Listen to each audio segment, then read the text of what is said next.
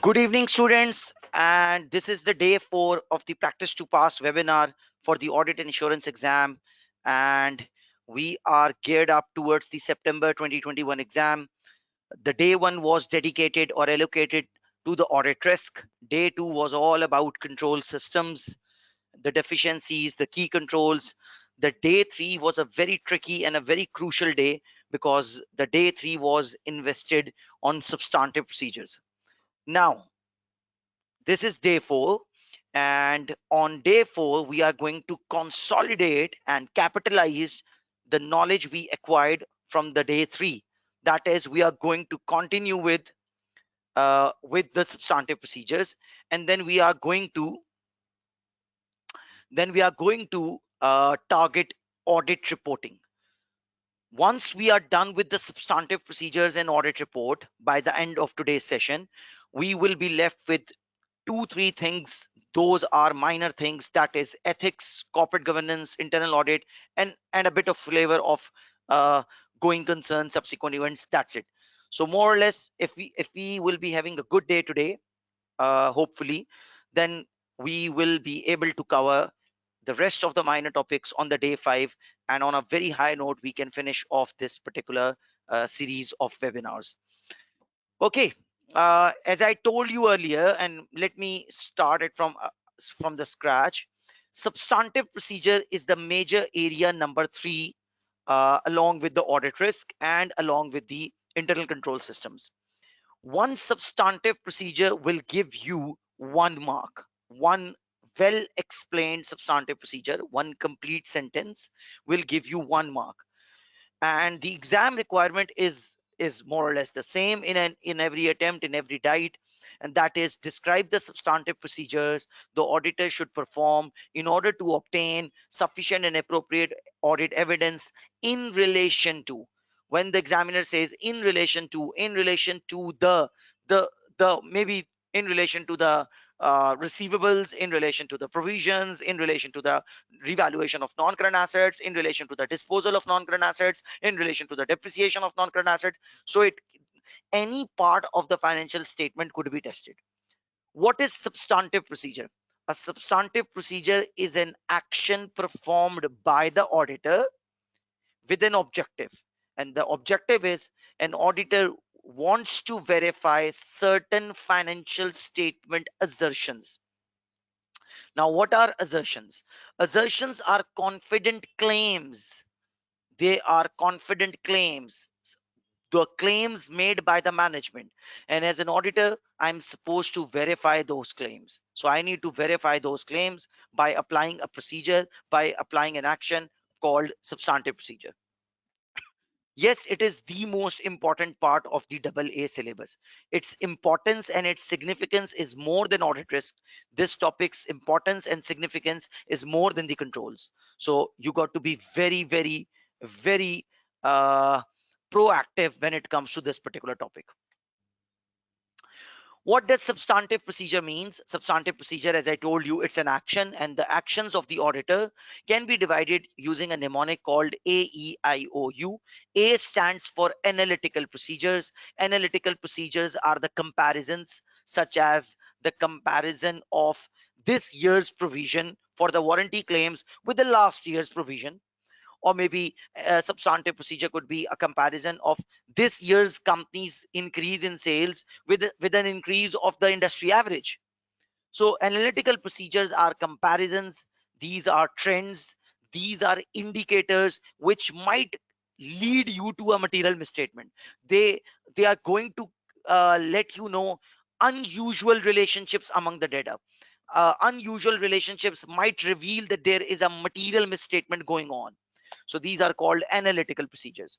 AEIOU. E stands for inquiries. We tend to inquire and have discussion with the management. C stands for confirmation, and the confirmations are obtained by the auditor through the third parties, and those third parties tend to be a very reliable source of evidence, such as the receivable of my audit client, payable of my audit client, lawyer of my audit client, and tax authorities, and so on. Inspection, we can inspect tangible assets and we can inspect the documents as well.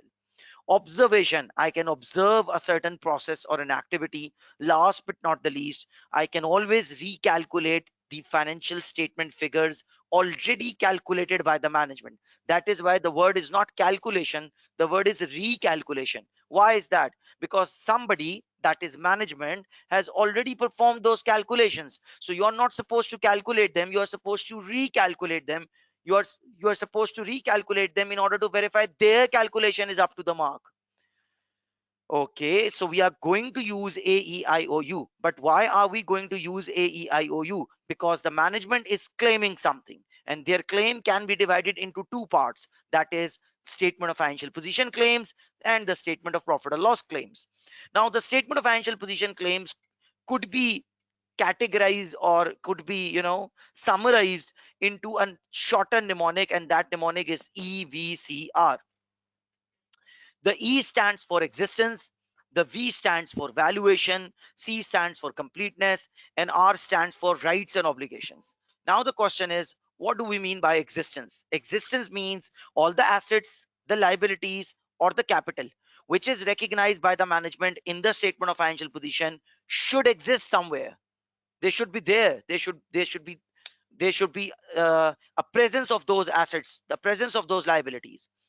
What's valuation? All those assets, liabilities, or capital which the client or the management has recognized in their statement of financial position should be valued at appropriate value. So it's about the value. C for completeness. All the assets, liabilities, and capital that should be recognized, ideally speaking, the management should have recognized. So if there is something which needs recognition, which needs inclusion, I hope so. If the financial statements are complete, they are part of the financial statements. So they are not allowed to miss something out. What do I mean by completion? That there is nothing which has been left out. Last but not the least, rights and obligations. The rights, the word rights has got to do with assets, the word obligation has got to do with the liabilities. So all those assets which are recognized by the client, by the management in their SOFP, they there should be rights of the client over those assets, and similarly the liabilities should be the obligation of the client. So you cannot recognize a liability which is not your obligation, and with the similar logic and with the similar concept, you cannot recognize an asset which is you are not having rights over it, if you are not having rights over it. Okay, those were the assertions related to statement of financial position. Let's go to statement of profit or loss.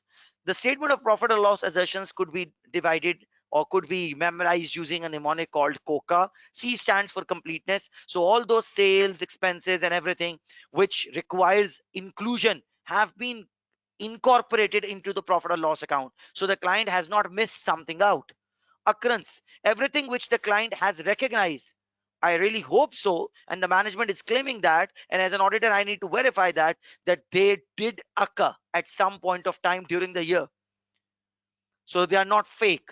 Cut off, everything which the client has recognized, I hope they have recognized using the correct accounting period. So if something did occur and the client has recognized it, but that particular transaction happened after the year end, and the inclusion of that particular item does not fall under the guidance of cutoff rules or the correct accounting period, that's a mistake called cutoff mistake. Classification, you need to make sure that you are classifying things correctly. Accuracy means your transactions, whether it is sales or any expense, should be recognized at accurate value, at the correct value, in simple words. So what's the agenda? The agenda is we need to apply AEIOU. And how are we going to why are we going to apply AEIOU? Because we need to verify either the statement of financial position assertions or the profit or loss account assertions. Now, who's going to help me out in applying or in verifying these assertions? Who's going to help me out in applying these substantive procedures? Who's going to help me out in verifying the assertions, the claims of the management? And the answer is data 3. The three, the the 5 different types of evidences are going to help me out. The first type of evidence is from the directors themselves. The second is assets. Third, different kinds of documents. Fourth, accounting books and records. And last but not the least, there are always very important and crucial third parties which can help you when you are trying to generate an audit evidence. So that was A, E, I, O, U. What's the bottom line and what's the final verdict? I think the bottom line and the final verdict is that we all want to apply AEIOU. We wish to apply AEIOU on some form of data 3, so that we could get an evidence and we could verify either the assertions EBCR or the assertions COCA, and that will score and that will earn you 1 mark. Okay, this is it.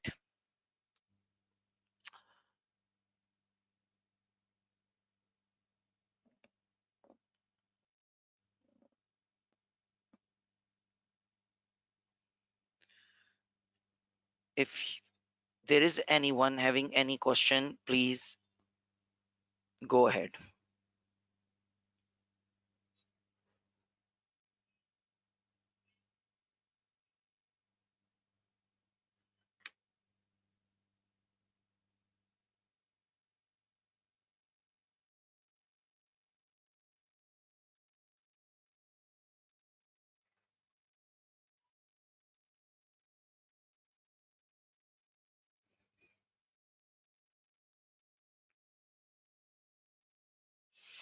How to approach the webinars I missed? Okay, all recordings will be available. Yes. Okay. Walaikum assalam and good evening. Good evening. Okay, okay. Sir, Mr. Akbar is saying, why is your picture stuck? I have got no clue about it. I hope so. The issue is resolved now.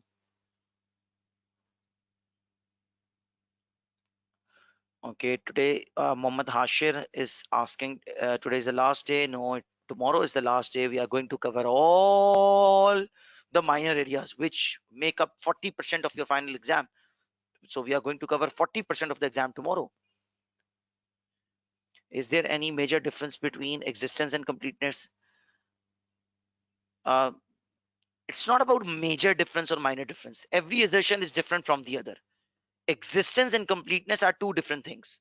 If an asset is recognized by the client in their statement of financial position, but that asset does not exist in the premises or in the, you know, company warehouse, company's production facility, whatever, so that asset does not exist.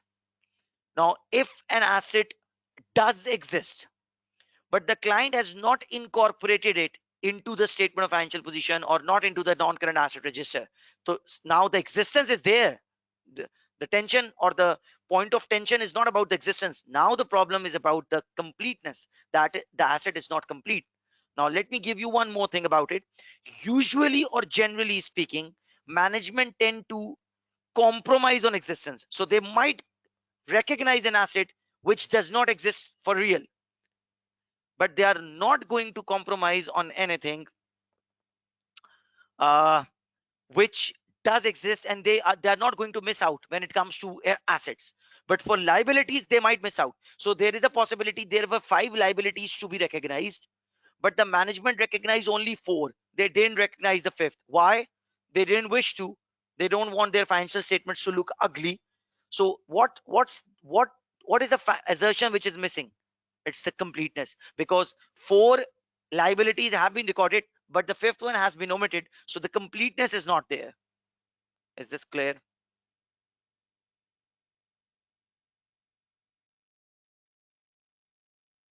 If you have got any other question, please go ahead. The next 2-3 minutes are dedicated to the questions. So if somebody wants to have a break for 2-3 minutes, you can, and in the meanwhile I'm taking questions. Okay, there is a question from Jesse. Can the open tuition lecture videos on open tuition be used to use the preparation of the exam?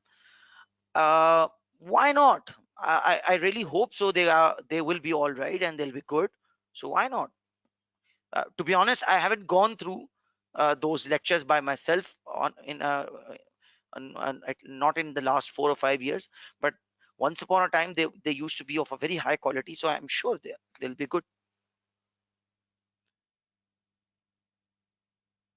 uh Hashir, uh, don't ask such questions. I'm already quite disturbed.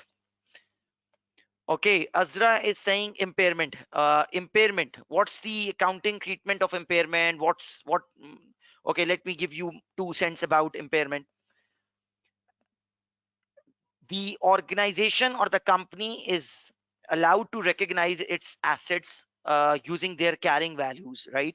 Carrying value is, generally speaking, the historical cost less accumulated depreciation. So the carrying value. Let's say the carrying value of your non-current assets is $100,000. But just imagine the recoverable amount the recoverable amount of your asset. What's the recoverable amount now? Recoverable amount is the higher of two things. Number one, fair value less cost to sell. Number second, value in use. Now let's say the value in use is 90,000, and let's say the fair value less cost to sell is 80,000. So you have to take the higher of, which is 90,000, against the 80,000. Now the carrying value is 100,000. The recoverable amount is 90,000, because you took the higher of. This differential amount of 10,000 is called impairment. Now your asset has impaired, and you need to charge that impairment expense in the profit or loss account immediately. uh, uh, you need to charge the impairment expense immediately in the profit or loss account, and you need to write off the corresponding value from the non-current asset. So this is what impairment is. How are you going to audit the impairment? First of all, as an auditor, you got to make sure while they are performing the impairment, the whole calculation is up to the mark. You got to make sure the assumptions they are using in relation to the value in use are up to the mark. You got to verify somehow through using industry averages that the fair value of that particular asset less cost to sell, it's all right. You got to make sure that if there is an impairment expense, the client has fully charged it in the profit or loss account, and they have uh, you know reduced their non-current assets from. And moreover, you got to make sure, according to ICE 36 impairment, that they have fully disclosed the whole story. Azra, is this okay now? You were talking about impairment. I've expressed impairment from the accountant's point of view, and I've expressed impairment from the auditor's point of view. Is this clear now? Okay, great.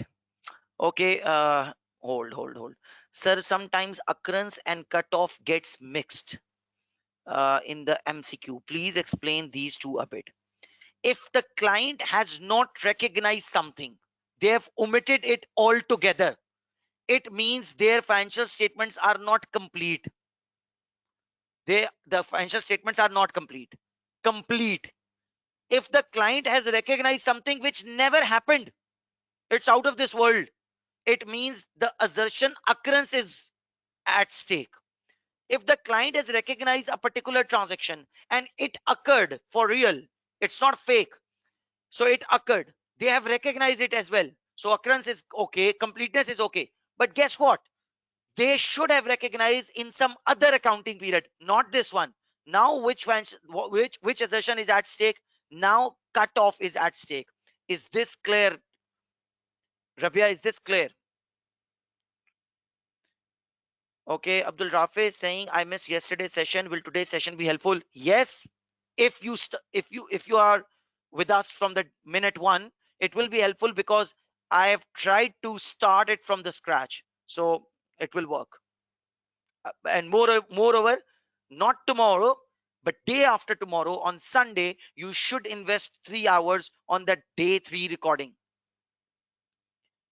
What's the difference between accuracy and valuation? To be honest, there is no difference.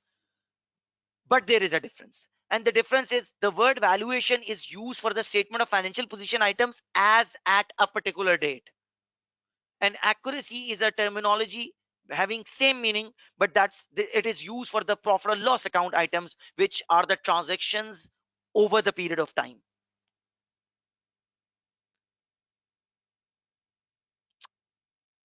Okay, sir, what would you recommend taking PM and FM together in March 2022? First of all, March 2022 is too far away. So you got to target December. Maybe you're having different plans for the December, any other paper. Uh, I would, I would personally, this is a very personal point of view. This is a very personal point of view.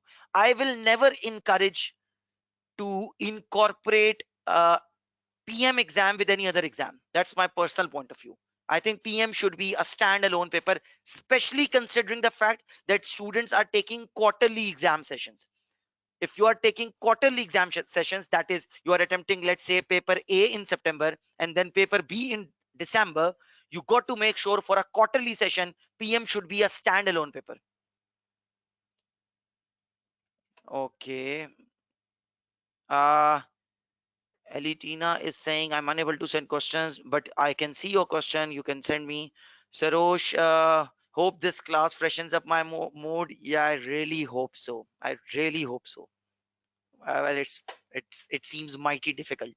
It will take couple of years. Okay, Mavish is saying we memorized or return.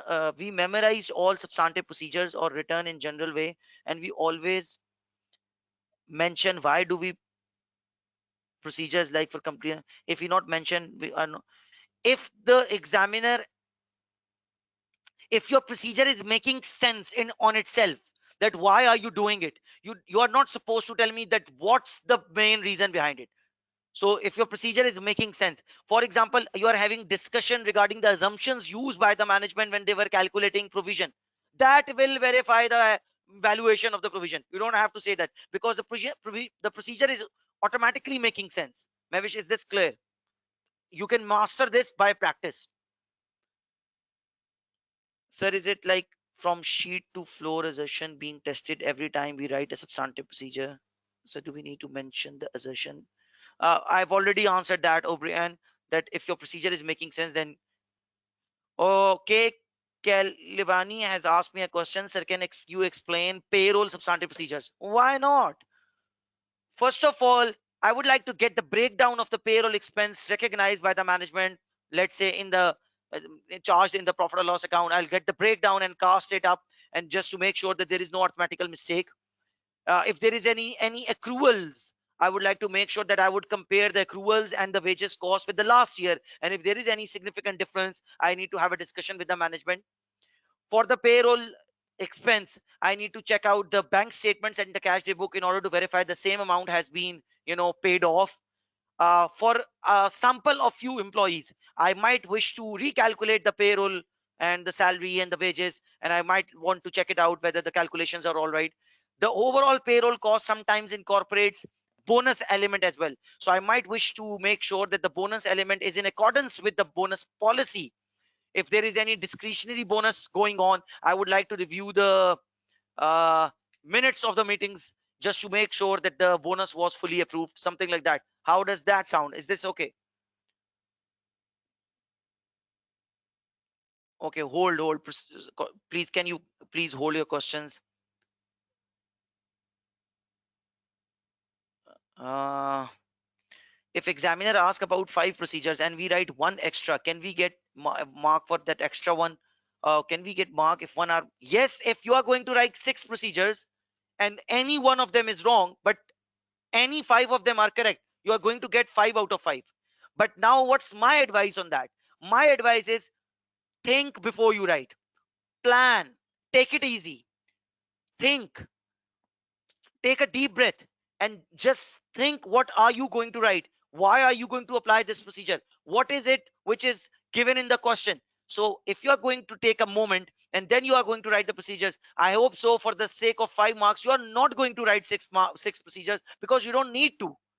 Yes, if at the end of the exam you are done with your paper and you don't have anything to do, so in order to kill the time, yes, you can go for the 6th and the 7th and the 8th procedure. But in the first go, it's not recommended, because the real agenda is to complete the exam.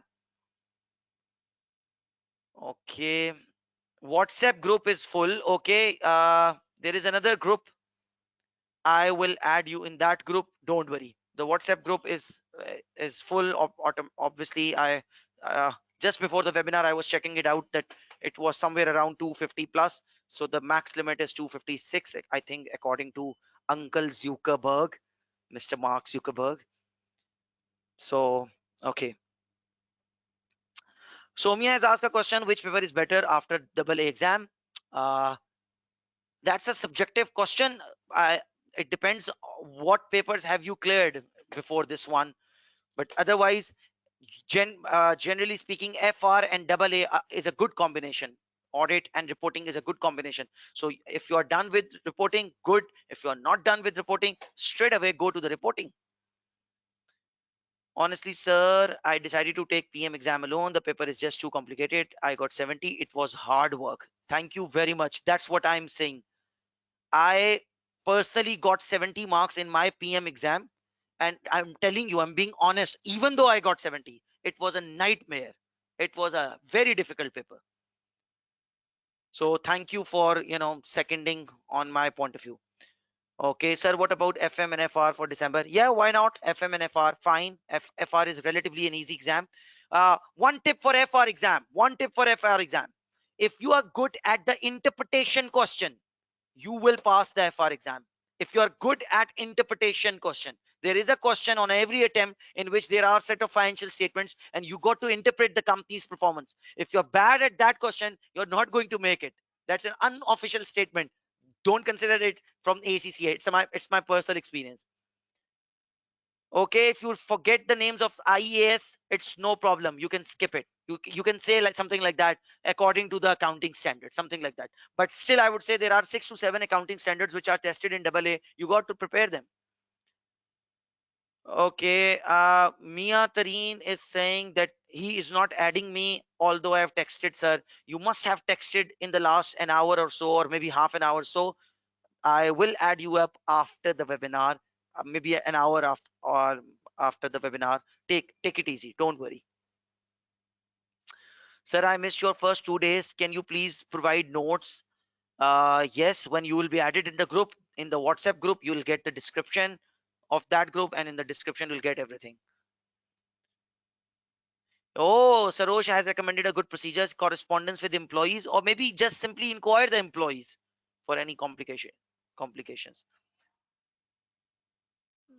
Yes, yes, Ali Akbar, you can apply procedures, something like that.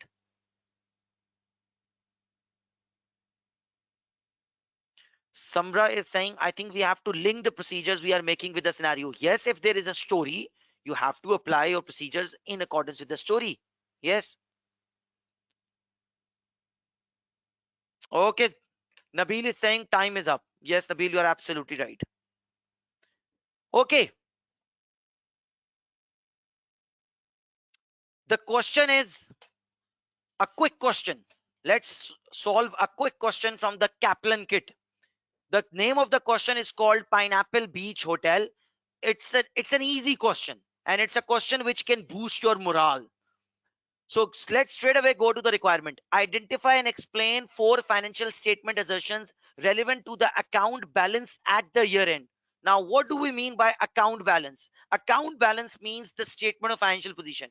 So the examiner is asking you to identify and explain 4 financial statement assertions relevant to statement of financial position. And the assertions are EVCR. So you got to define EVCR, and then you have to come up with procedures for each identified assertion of EVCR. Describe a substantive procedures relevant to the audit of year-end inventory. So you got to apply the procedures for the year-end inventory. How can you do that? How can you verify existence of inventory? You got to select a sample of inventory from the inventory record, and you got to trace it, and you got to make sure that inventory is actually there. You got to physically inspect it in order to verify existence. And you can do the other way around. You can select a sample of a year-end inventory, let's say from the warehouse or from the finished goods item, and you can trace them back to make sure that they are part of the inventory record, and that is how you are going to verify completeness. For the sake of valuation of inventory, you could get the breakdown of the inventory. For the sake of valuation, you could ask the management to let's say you could review the post year end invoices, and sales, just to make sure that the NRV of the inventory is above the cost, because IS2 says that inventory should be valued at lower of cost or NRV. And similarly, for the rights of the inventory, you got to make sure that the supporting documents are in the name of your client. So this is some kind of a easy question. Let's ignore this part A. This is too easy. Let's go to part B. Describe substantive procedures the auditor should perform to obtain sufficient and appropriate audit evidence in relation to the Pineapple Beach Hotel Company's depreciation. So the question is specifically about the depreciation. Okay, what about the depreciation? Pineapple Beach Hotel Company incurred significant capital expenditure during the year on updating the leisure facilities for the hotel. So they incurred significant capital expenditures during the year.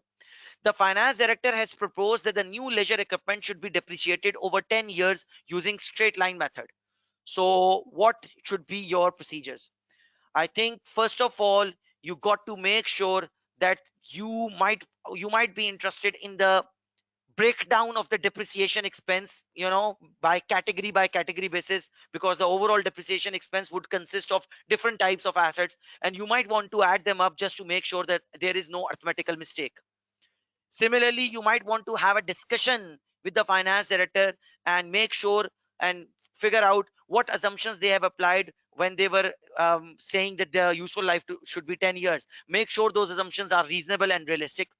You can compare the useful life of those leisure equipments and properties with the industry average or similar assets held by the company. You can review their capital expenditure policy.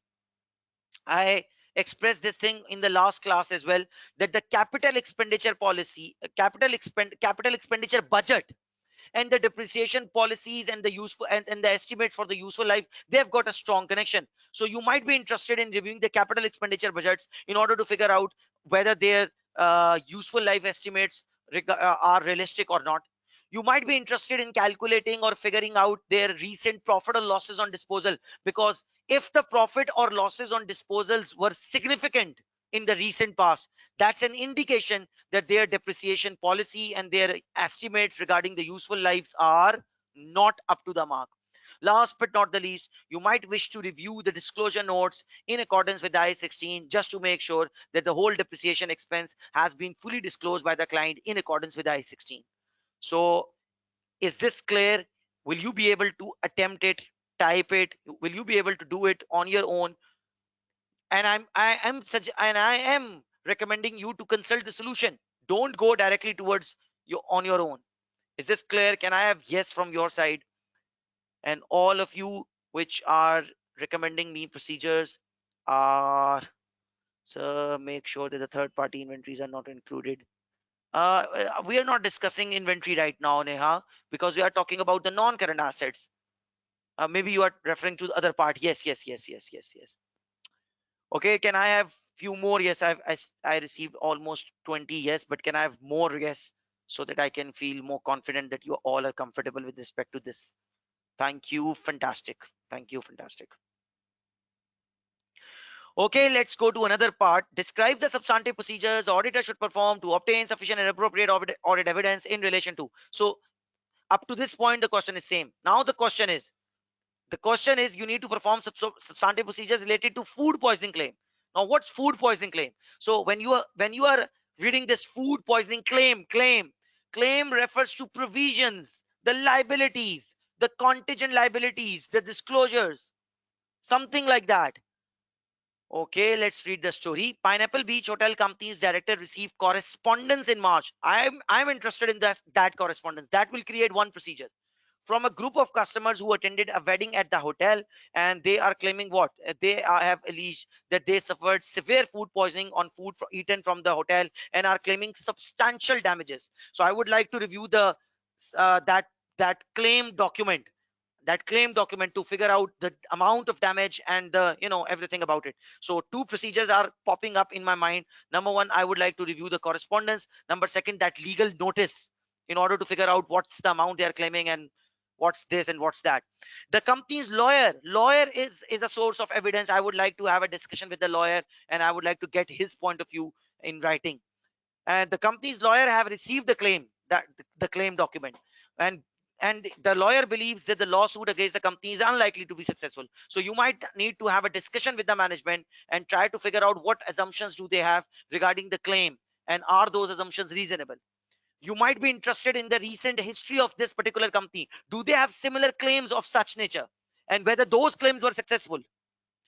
If they have recognized a provision, you might be interested in calculating the breakdown of it.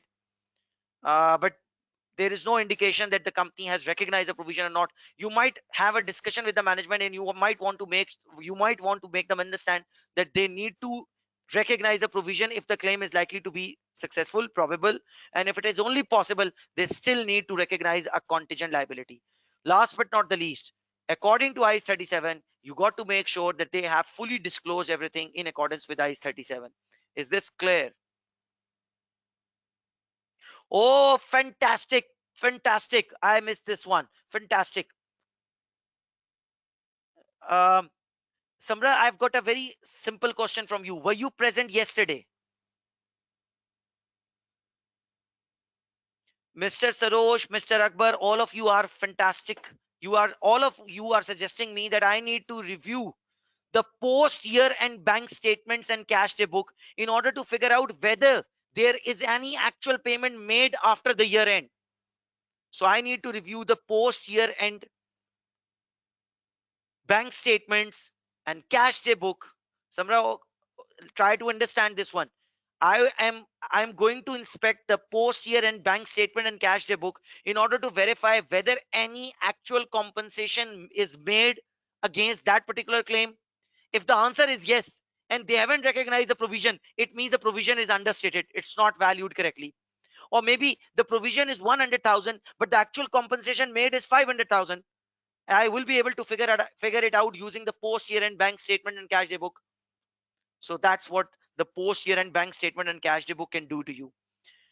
Okay, there is one more procedure suggested by someone, and that is yes, yes, yes, Akbar, Manasa, and someone else also suggested this one, that I need to review the board minutes.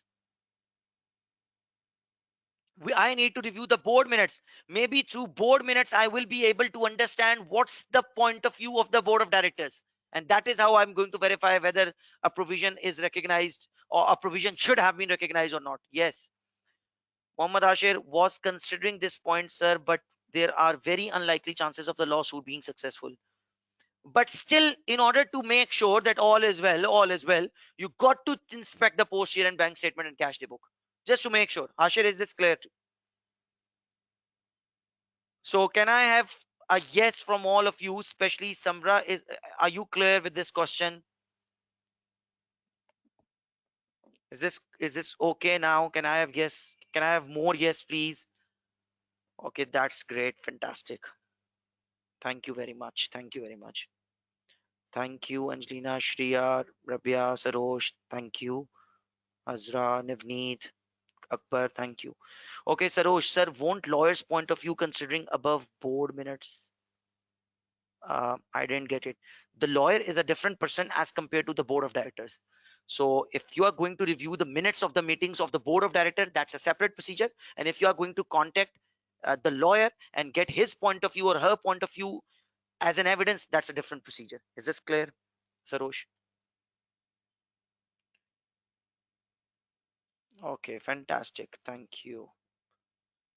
So we are almost done with this complete question. The last part is list and explain the purpose of 4 items that should be included on every working paper. Every working paper should have the name of the client. Every working paper should have the year end of the client. Every working paper should have the name of the auditor, the one who has prepared those working papers. Every working paper should have signatures of the person who prepared those working papers. Every working paper should have the signatures and name of the person who reviewed that particular working paper. It's a knowledge based question.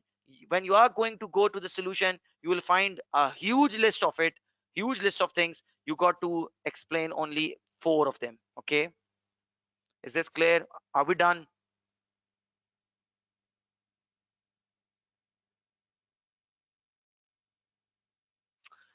Okay, done. Okay, sir, in which case the auditor should directly contact lawyer or lawyer of client? In which case? In any case you can. In any case, if you feel like contacting the auditor, you are having some doubts in your mind, you want to feel more confident by directly contacting the auditor, directly having a communication with the or lawyer, you are allowed to do that. Is this okay? Yes, Akbar, you are absolutely right. Name of the client and year end and everything. Yes. Can we contact the customers in this case? The lawsuit case? No, not really. The customers are going to cry, cry, and cry. They are going to say the food was so pathetic, it was so unhygienic, but we still ate everything. So there is no point of contacting the customers. If you are interested in the point of view of the customers, there is one thing, and that is the claim made by them, the claim document. Moreover, the correspondence between the customer and the client, the correspondence which have gone up so far. You don't have to contact the customers directly. Can we look for claims rather than contacting? Yes, I'm looking for the claim documents. Yes, I'm not going to directly contact the customers. Sir, can we get written representation? Yes, because this is a subjective matter. Thank you, Sarosh. This is a subjective matter, and the management is confident that there is no need of any provision. So you might be interested in the written representation from the management just to make sure that they are going to give you everything in writing. Yes, you can do that. Fantastic. Correspondent between customer and client to ensure what's going on, just to get the feeling, just to realize the actual picture. Is this clear, Sarah? Sarah, you didn't answer me that were you present yesterday. So sad. Okay.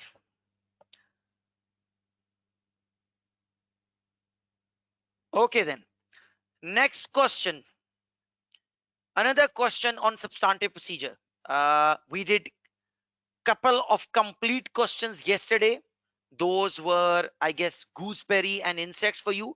We did multiple parts from the audit risk questions and the control questions, which were relevant to substantive procedures. Now today we did a complete question called Pineapple Beach. It's from your Kaplan kit. It's the easiest of all, by the way, the Pineapple Beach Hotel. Now let's explore another past paper question, and the name of the question is called Hawthorne. Let's straight away go to the requirement. Okay. Identify and explain 4 financial statement assertions relevant to classes of transactions. Now what's that? Read this requirement first. About the Pineapple Beach. Identify and explain 4 financial statement assertions relevant to account balances. Now read this requirement. Identify and explain 4 financial statement assertions relevant to classes of transactions and events for the year. Now check it out. For the year.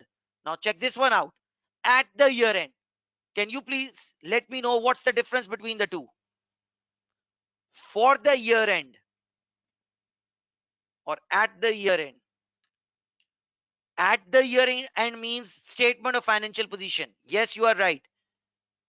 And for the year end means that this is about the profit or loss account. Well done. Now what you have to do, that you have to think the assertions relevant to the profit or loss account, and the alternative name of the profit or loss is class of transactions, and the alternative name of statement of financial position is account balances. Is this clear to everyone? This little tricky thing, is this clear? Can I have yes? Now what's the assertion? What are the assertions? The assertions are, for the statement of financial position, the assertions are EVCR, but for now the assertions are, yes, you are absolutely right, the assertions are COCA.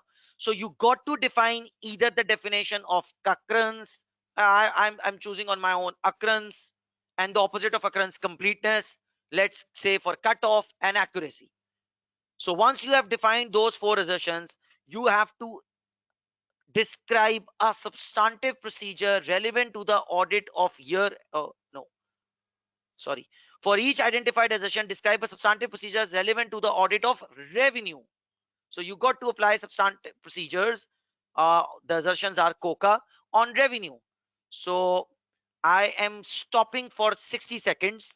I want you to, imagine and, develop substantive procedures in order to verify the revenue. And the assertions are completeness, the opposite of completeness, occurrence, cutoff, and accuracy. Your important 60 seconds starts now.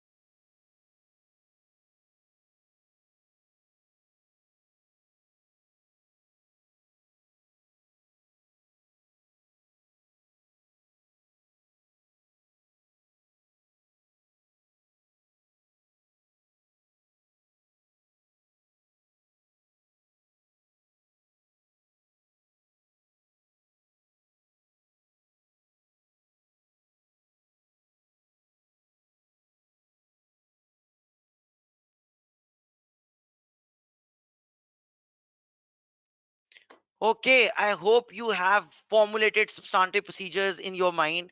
Yes, for the sake of revenue, uh, you can do the other way around testing. You can select a sample of good dispatch notes, and then you can verify through invoices into the sales day book, and that will verify the completeness of the revenue. And if you could do the other way around, that is how you are going to verify the occurrence of the revenue. You can select a sample of good dispatch notes pre year end and after the year end, post year end and pre year end, and make sure and follow through them, and make sure that those good dispatch notes, those were sent before the year end, their corresponding invoices have been recognized as part of the year end revenue, and those good dispatch notes which were after the year end should not be part of the revenue, and that is going to verify the cutoff. And as far as the accuracy is concerned, you can simply get the breakdown of the year end revenue, and you can, you know, cast it and you can recalculate it. Must just make sure there is no arithmetical mistake. Even for the accuracy, you can compare this year's revenue with the last year, specifically on a product by product basis, category by category basis, month by month basis. And if there is any significant fluctuation in any one of the category, you would like to have a discussion with the management. Is this clear? Can I have yes on that for the 8 marks part A? Oh, yes, the procedures recommended by Azra is correct. Akbar is correct. Yes, Rabia, Neha, fantastic. Yes, uh, yes, perform analytical procedures and compare with the current year. Yes, absolutely right. Fantastic. Khalil, you are absolutely right. Well done. Well done. Part B. Describe the substantive procedures the auditor should perform to obtain sufficient and appropriate audit evidence in relation to the supplier statement reconciliations of Hawthorne Enterprises Company. Supplier statement reconciliation. Now, you got to understand what supplier statement reconciliation is. Generally speaking, if I am a company and I've got many suppliers, at the end of every month, at the end of the quarter, at the end of the year, I would like to send a statement to all my suppliers, making them realize what business they have done with me, what's the year end payable balance. So something like that, what's the what amount I'm going to pay to them, and what's the liability, something like that. This is called supplier statement reconciliation. So for just 3 marks, so just 3 procedures are required. Let's read the story. Hawthorne Enterprises receives monthly statement from its main suppliers. So what happens, that the supplier sends statements. Every company sends statements to its customer. So the customer of the supplier is me, so the supplier sends statements to me. And although these have been retained, I do retain all those statements, but none have been reconciled to the payable ledger as at 31st March. But there was no reconciliation performed. So one substantive procedure could be that you could, as an auditor, you could perform the supplier statement reconciliation by using the supplier statements already sent by the supplier. You don't have to contact the supplier now, because the supplier is sending the statement. So you could uh, perform the supplier statement reconciliation by making sure that the balance as per the supplier statement and as per the payable ledger as at 31st March is reconciled. It's one and the same. And if it is one and the same, if it is reconciling, there is no further procedure required. That's it. But if there are second procedure, if there are certain items which are not reconciled, you got to have a discussion with the management. And if they are because of the timing difference, so you got to review the post year end bank statement and cash day book, whether those amounts have now been settled. And if the unreconciled item is because of any dispute or anything, you might be interested in having a discussion with the management, that whether their explanation is all right regarding that dispute, or whether that dispute was settled afterwards. The engagement partner has asked the audit senior to recommend the procedures to be performed on supplier statements. So they haven't performed the supplier statement by themselves. The partner has recommended or has suggested that we as auditors should, take this issue very, very seriously. So what should we do? Let's see what the solution has to offer. Let's read the solution. Select a representative sample of year-end supplier statements. So first of all, out of so many supplier statements, select few supplier statements and agree those statements with the payable ledger balance of the client. What is this going on? Actually, this is supplier statement reconciliation, which has not been performed by the client, but I am performing that particular reconciliation for the sake of evidence. If the balances agrees, then no further work is required. Where difference occur due to invoices in transit. What does invoices in transit means? The client is saying that the payable balance is 100,000. The supplier is saying no, the payable balance is 2,000. Why is that? Why there is a difference of 1,000? Because the supplier, my client, is saying that we have already paid 1,000. That invoice is in transit. Or the supplier is saying, or my client is saying that we did not receive the invoice as yet. So confirm from good receive notes whether the receipt of goods was pre-year end. If so, confirm this receipt is included in the year end accruals. So if they did not receive the actual invoice till the year end, at least they received the goods. So if they receive the goods, they should recognize the amount as an accrual. Where the difference occurred due to cash in transit, my client is saying that we have paid, but the supplier statement is still reflecting it as a liability. So I need to inspect the post year end bank statement and cash day book in order to verify when the cash was actually settled or whether the cash was actually settled. If the cash was settled after the year end, that should be recognized as a liability. If the cash is settled within the year, then the client is all right and they are allowed to de-recognize it because they have settled the payment. Discuss any further adjusting items. If there is still any further adjusting item which is not reconciled, you need to have a discussion with the management and make sure the correct accounting treatment prevails. Is this clear? This is a bit tricky part, but if you have got common sense, you can do that. uh Rabia is saying confirmation with balance from supplier. I'm not going to contact the supplier. Why? Because Rabia, already the supplier is religiously and continuously sending out the supplier statements. So what's the point of contacting the supplier now? The problem is the client has not performed the supplier reconciliation. This is the record maintained by the client, and this is the year end payable ledger balance maintained by the client. And these are the statements from the suppliers. We are retaining those statements, but we are not reconciling it. So as an auditor, what I'm going to do, I'm going to perform the reconciliation. Is this clear, Abhya? Yes, most welcome. Ushna, are you clear now? Ushna, are you clear? Yes, Akbar, you are absolutely right. We need to perform reconciliation by ourselves in order to verify the accuracy. Thank you, Ushna. Thank you, Akbar. Shafad is saying select a sample of year-end supplier statements and agree the balance to the purchase ledger. Awesome, Shafad. Fantastic. Kalevani is saying perform payable reconciliation from supplier statement ABD and compare it with the bank reconciliation. No, not with the bank reconciliation, with the year-end supplier payable ledger balance.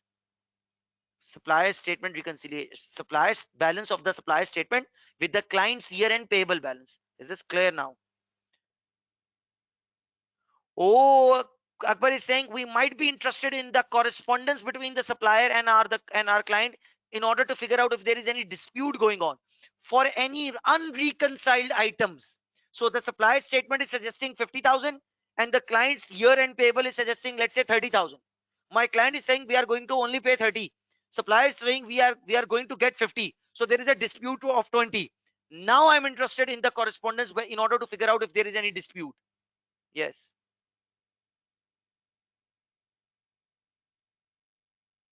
Select a sample of unreconciled supplier statement and confirm the balance with the trade bill. Khalil Rahman, you are absolutely right. Fantastic. Azra, you are clear. Fantastic. Mavish is saying, what is covering letter? Where is covering letter? How come you remember covering letter right now? Covering letter is a letter. It's a formality. It gives you 2 marks in the paper. You got to write a formal letter, and if you are more interested in covering letter, you got to attend the day 2 of the webinar. We covered covering letter at the end of the day 2.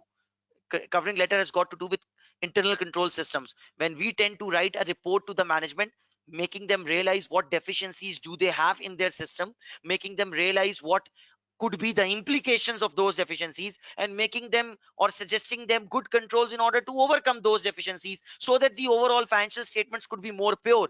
We tend to use a covering letter for that. Is this clear, Mavish? Post year end bank statements to verify about the actual payments to suppliers. Yes, kind of. You know,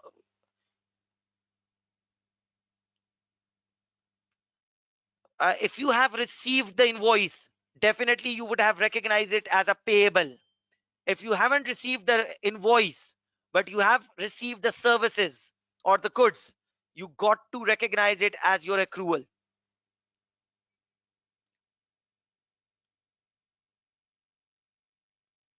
Yes, Shreya, that makes sense as well. But you should be more focused towards the supplier statements. The procedure, Shreya, which you are recommending is more of a introvert kind of a procedure, more of a internal thing. I'm more interested in the statement. Okay, I'm done. Let's continue. Part C. Describe the substantive procedures the auditor should perform to obtain sufficient and appropriate audit evidence in relation to bank reconciliation of H enterprises. Bank reconciliation. Bank reconciliation. During the last year's audit of H company, bank and cash. So when you were auditing last year, significant cut-off errors were discovered with a number of post year-end checks being processed prior to the year-end to reduce payables. So they process certain payments, although the payments were not received, just to make sure that the payables are reduced, just to make sure that the receivables are reduced, something like that. The finance director has assured that the finance director has assured the audit engagement partner that this error has not occurred again this year. So the finance director is pretty confident that we haven't continued those mistakes, and that the bank reconciliation has been carefully prepared. Okay. The audit engagement partner has asked that the bank reconciliation is comprehensively audited. So we need to audit the bank reconciliation. Anyone having any clues how to audit the bank reconciliation? I'm giving you a couple of minutes to think about it.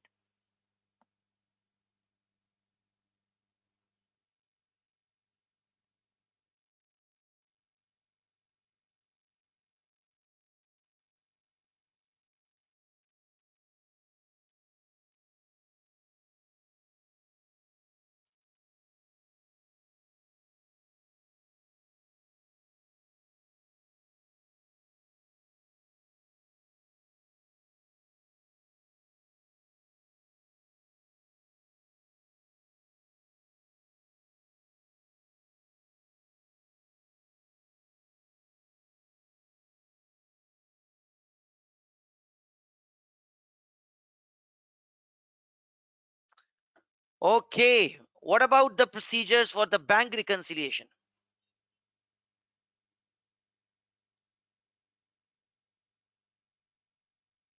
Wait. Yes, Kalevani, you are right. Request bank confirmation letter. Yes, Akbar, you are absolutely right. Reperform the bank reconciliation itself. Shafad, you are absolutely right that agree the balance of the bank reconciliation to the original bank statement. And similarly, agree the balance uh, of the cash day book as per the bank statement, as per the bank reconciliation to the year-end cash day book. So this is tricky, but this is very easy as well at the same time. There is a thing called bank reconciliation.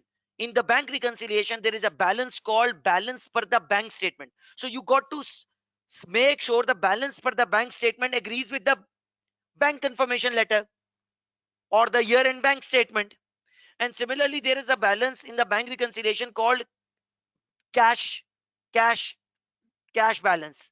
So you got to make sure that the balance of cash in the bank reconciliation agrees with the year-end cash day book.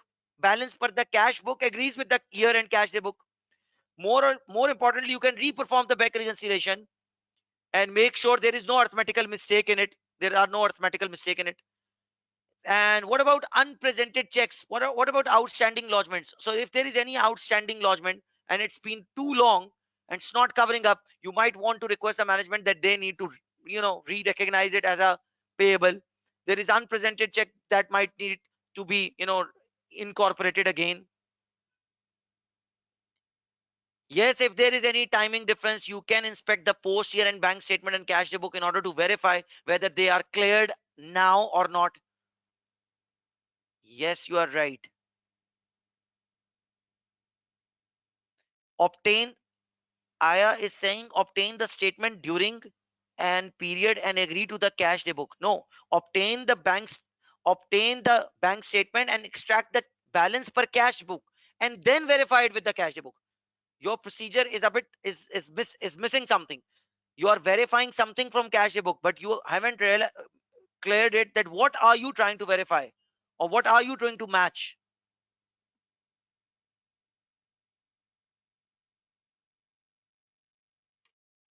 Confirm bank statement balance from the bank and agree it with the cash book balance.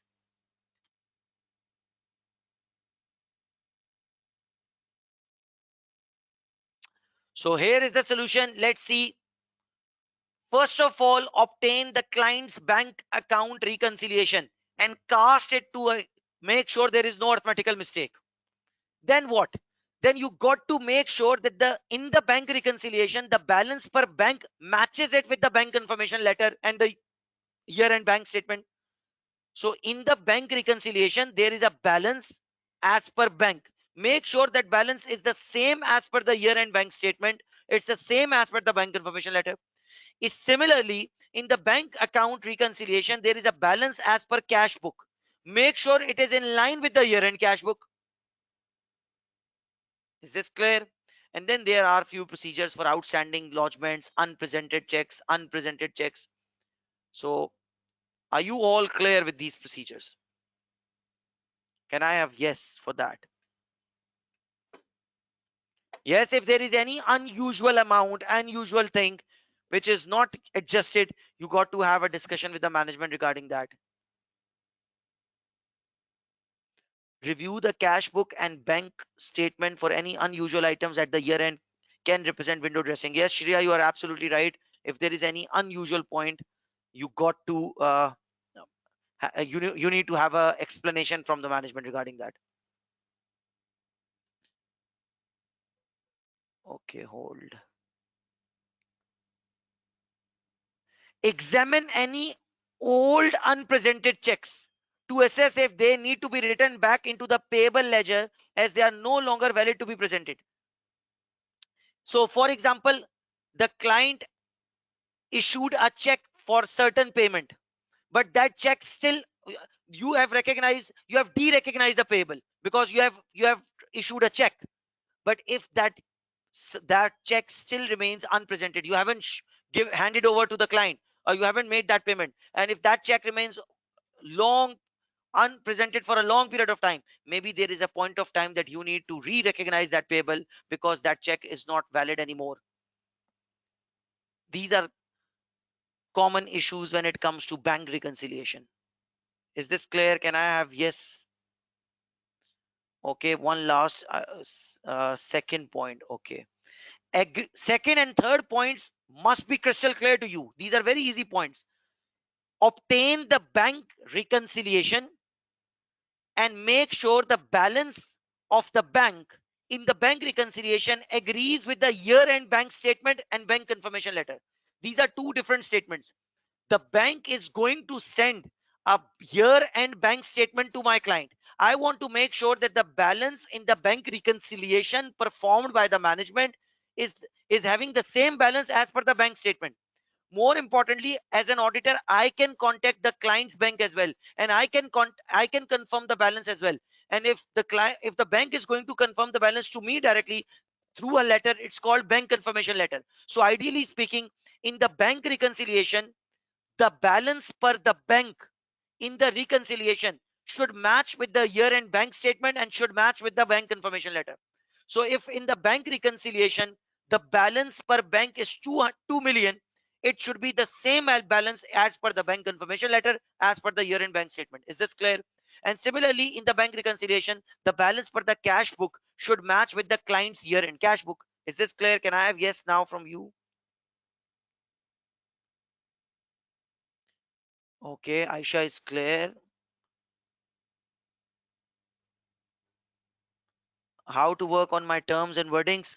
Just repeat the questions, solve them twice, solve them thrice, consult solution and solve them twice. Okay, Varda. Okay, Varda.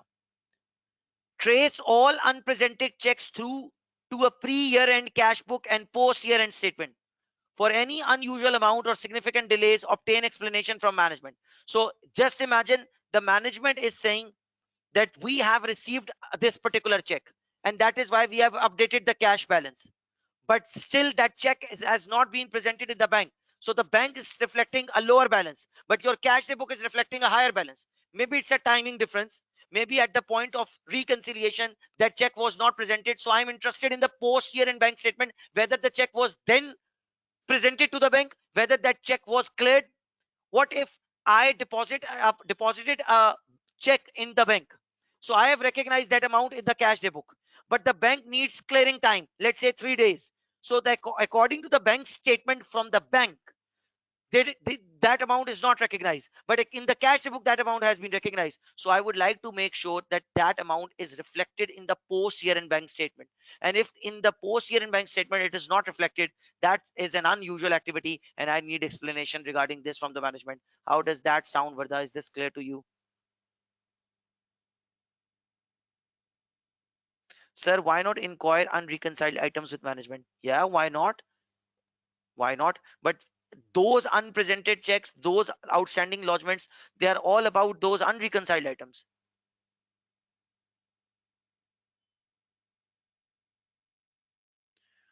Okay, Samra Kamar is saying, yes, network issue in my town. I missed yesterday's session. Samra, that is why uh, you were realizing that I'm going too fast, because this session has got a huge connection with the last session. But hold on, I will I will try to be as slow as I can.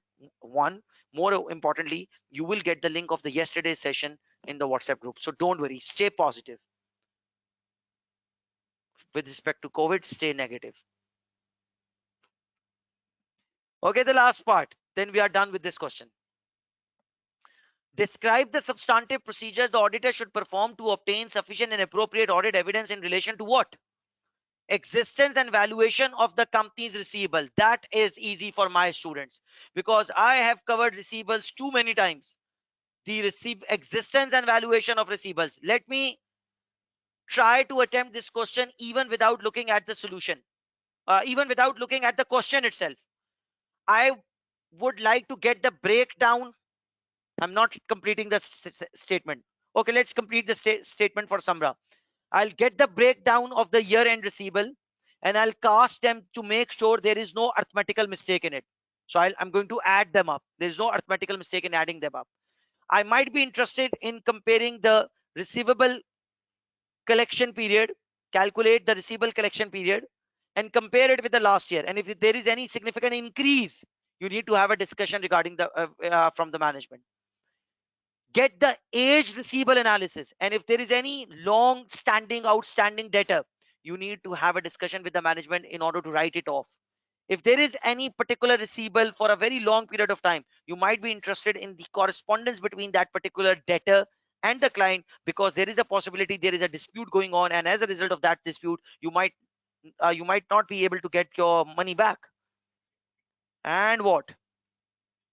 Inspect the post year end bank statement and cash day book in order to verify whether the year end receivables have now converted into cash. Because if those receivables were real, if they existed for real, and if their valuation were all right, they must have been converted into cash after the year end. Any other procedure in your mind, please go ahead. In order to verify the existence of receivable, you might be interested in the good dispatch note. Select a sample of year end receivables, trace the corresponding sales invoice, trace the corresponding or good dispatch note. So if the good dispatch note is there, that receivable does exist, because you definitely transferred the goods. Yes, you might be interested in third party confirmation. It's called receivable circularization. Many of you are suggesting, but guess what? Guess what? The question says the finance director has requested that a receivable circularization is not carried out.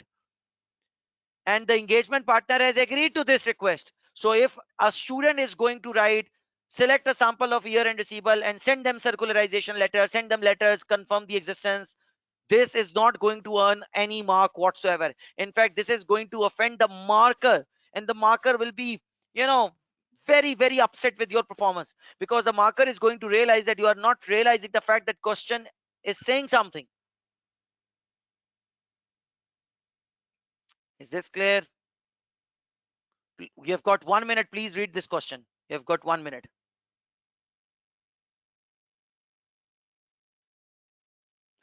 Yes, Mohammed Sabir, you are absolutely right. Thank you for realizing this new procedure. That is, we need to have a discussion regarding the doubtful debt allowance with the management. Make sure the assumptions they are using are appropriate. You might be interested in calculating the allowance. Well done. Abdul Ahad is suggesting a very good procedure, that is, review the minutes of the meeting. Maybe you will be able to identify that a certain debt is at stake. Maybe directors are concerned about something. Well done. Discuss with the management whether the unpaid receivables can be converted into payables. That's not an appropriate procedure. That's not an appropriate procedure for now. What unpaid will be converted? Obviously, they have recognized it. They are going to say that they will be converted into cash. If you want to have a discussion regarding the assumption, you need to have a discussion regarding the allowance for doubtful debt. Doubtful debt. Yes, Subaya, you are absolutely right. Soumya, duplicate invoice. How are you going to check duplicate invoice? It seems difficult. I think the far better idea is to select a sample of year-end receivables and verify the good dispatch notes in order to verify the existence. Can we consider customer order? Yeah, you can consider the customer order as well.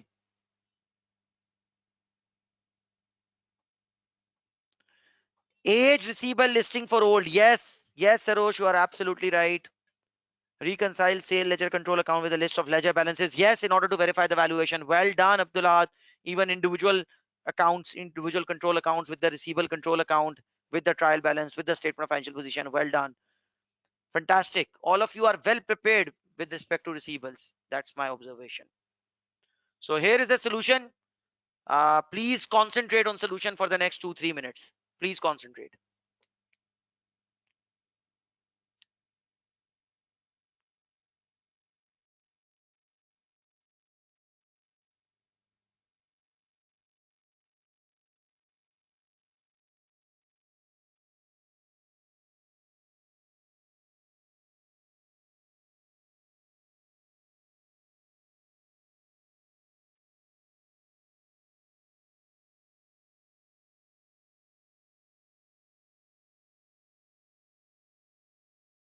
Calculate the average receivable collection period and compare this to the prior year. Investigate if there is any significant difference.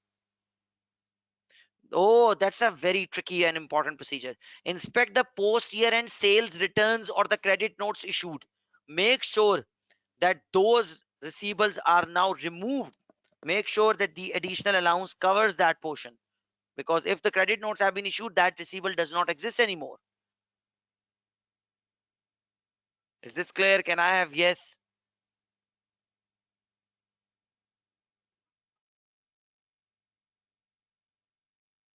Okay, Manasa, let me explain positive and negative circularization. Okay, Somya, it's all right. It's all right. Okay, so there is a special request that I should explain the difference between the two types of circularization. Now, this is your knowledge based. I've tried to make sure that on a daily basis, I cover something with respect to knowledge base. On daily basis, I'm trying to, cater the OTQs.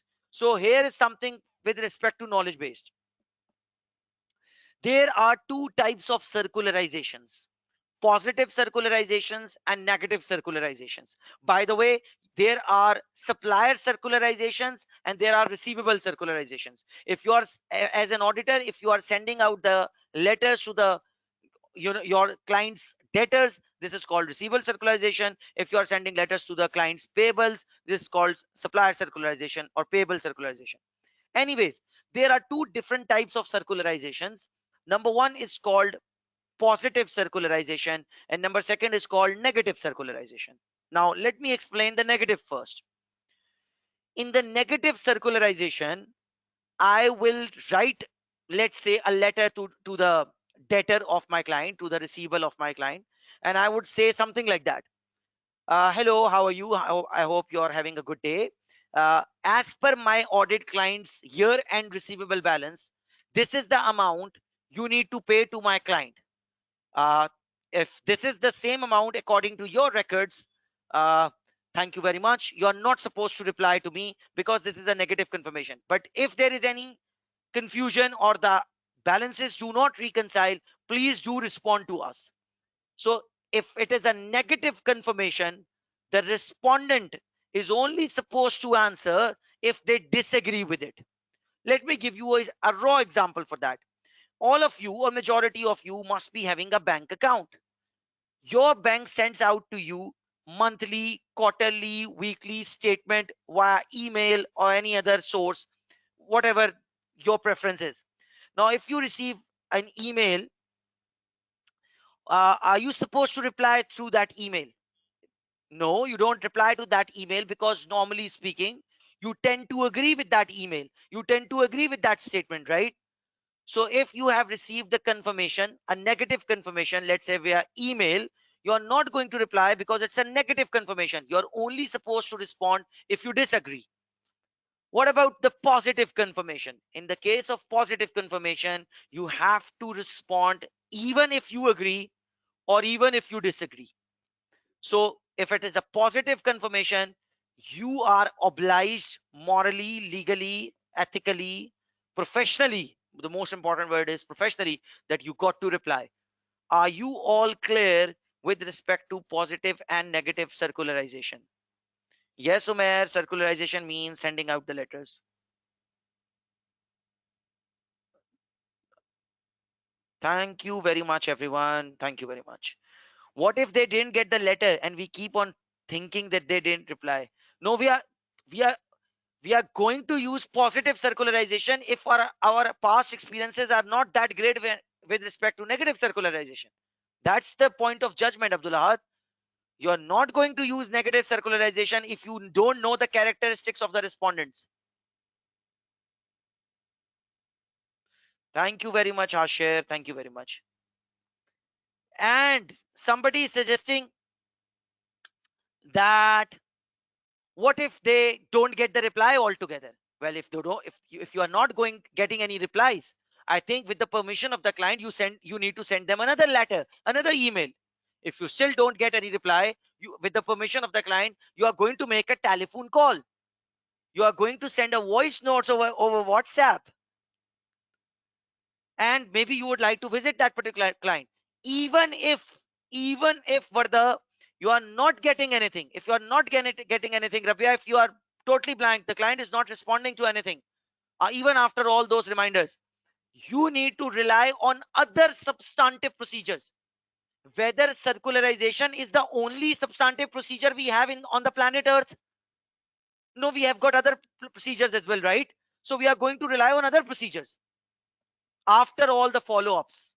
Follow-up is very important.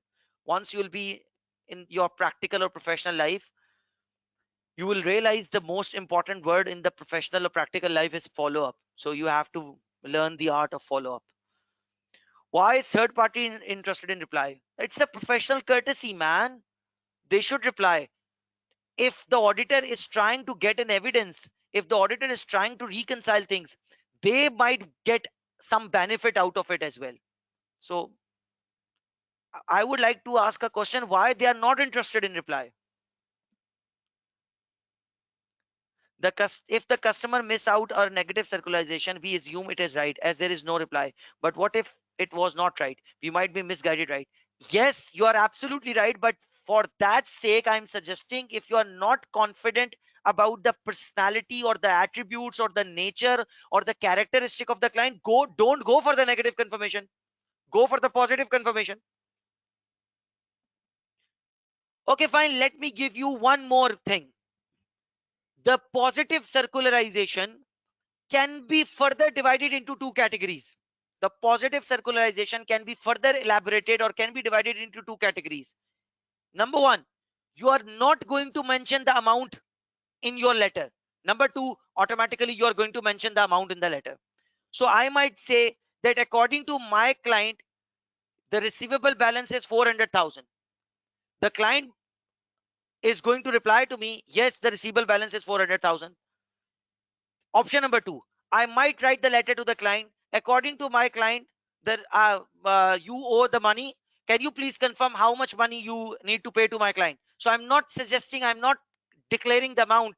So you can do such things as well. Okay, another knowledge based question from Samra, and she's saying, what is the difference between hot review and cold review? Okay, then I think all of you are not interested in substantive procedures anymore. I think you all are somehow feeling confident that you can do it on your own. Okay, there is a question from Rabia. I'll go back to hot and cold review. If let's say practically asking the client and their customers collude so as an auditor confirmation will be of no use, right? Yes, that is why I'm suggesting you are not going to rely on one procedure. There is a terminology in the world of audit. It's called corroborated audit evidence. One audit evidence should match or support the other related evidence, so things should match up. In the chapter number 1 of the audit and assurance book, there is a statement called that audit evidence are generally persuasive, not conclusive. What does that statement means? It means that a particular audit evidence is not going to conclude this is black, this is white, but they are going to guide you towards something. So you have to make sure all the pieces of puzzles are going in the same direction. Is this clear, Rabia? So you have to match all the related evidence. Yes, Sarosh, in the chapter number 1, it says that we are not going to come up with absolute assurance. And one of the reasons why we are not going to come up with absolute assurance is that we tend to gather persuasive evidence rather than conclusive. We don't have any conclusive evidence. We tend to, make judgments. Our work is dependent on samples. Our work is based upon historical data. These are the reasons why we cannot provide absolute assurance. There could be a knowledge based question in your exam, 3 marks. Why as an auditor you cannot provide absolute assurance? We cannot provide absolute assurance because the financial statements are historical for us. We were not there at the point of transactions. More importantly, our work is on sample basis. Our work is on sample basis. So we extract a sample. We don't work on the entire population. Last but not the least, there are many judgments involved. There are many loopholes. There are many limitations. And last but not the least, uh, the evidences are usually persuasive, not conclusive. Okay, one last knowledge base which I missed earlier: hot review and cold review. So if we have finished the audit, we have concluded the audit, but we haven't signed the audit report, or we haven't handed over the audit report to the client, to the public, we might want to have a review of all the things, and that particular review is called hot review. Hot review is performed just to make sure that the audit report and the audit opinion is all right under the given circumstances. It's called hot review. Now comes cold review. Once the audit is over, once audit A is over, audit B is over, client C is over, client D is over, client F is over, we would like to make sure we would like to make sure that we are following the best possible quality control procedures. We are making sure that we are following the highest level of ethics. We are making sure that all the judgments, all the audit practices performed are up to the mark. And in order to improve the overall audit quality within the audit firm, we might want to select few completed audits. Or few completed audit means the audit report has been issued, it's over, maybe 1 month has gone, maybe 1 year has gone. Once that review will be performed, in order to improve the audit quality, in order to improve the audit structure, in order to improve the audit firm, that is called cold review. Yes, Manasa, thank you very much for helping me out. So basically, if you are evaluating your firm, this is your self evaluation, it's called cold review. But hot review is performed right at the 11th hour, just to make sure that audit opinion and audit report is perfectly all right. Okay, walkthrough test means that you are going to consider yourself as a customer, as a layman, and just realize what controls or what actions are in place by the management. Make sure they are up to the mark. So walkthrough test, just simply go over there and act like a customer. Don't disclose your identity.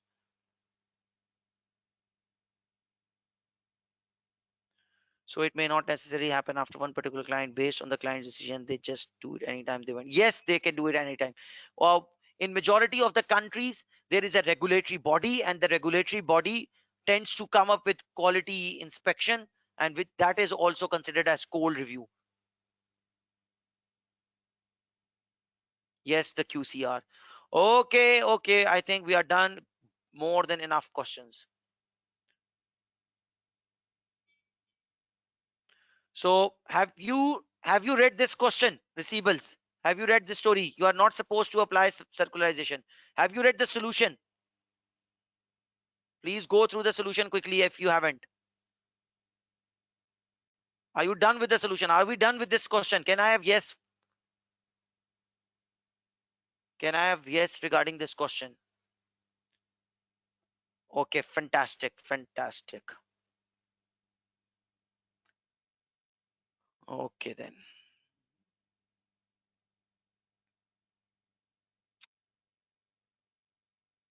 Okay, one last question regarding the substantive procedure. Then we'll have a break around 8:40. And after the break, one extremely tricky thing which is called audit report.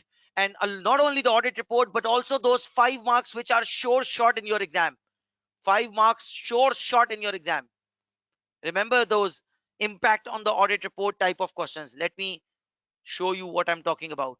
Such questions: discuss the issue and describe the impact on the auditor's report, if any, should this issue remain unresolved. That's a part from Gooseberry. We skipped that particular part. So we are going to discuss audit report, and then we are going to discuss these 5 marks and at least one OTQ after the break. But before the break, let's quickly wrap up this last question. Last question on substantive procedure.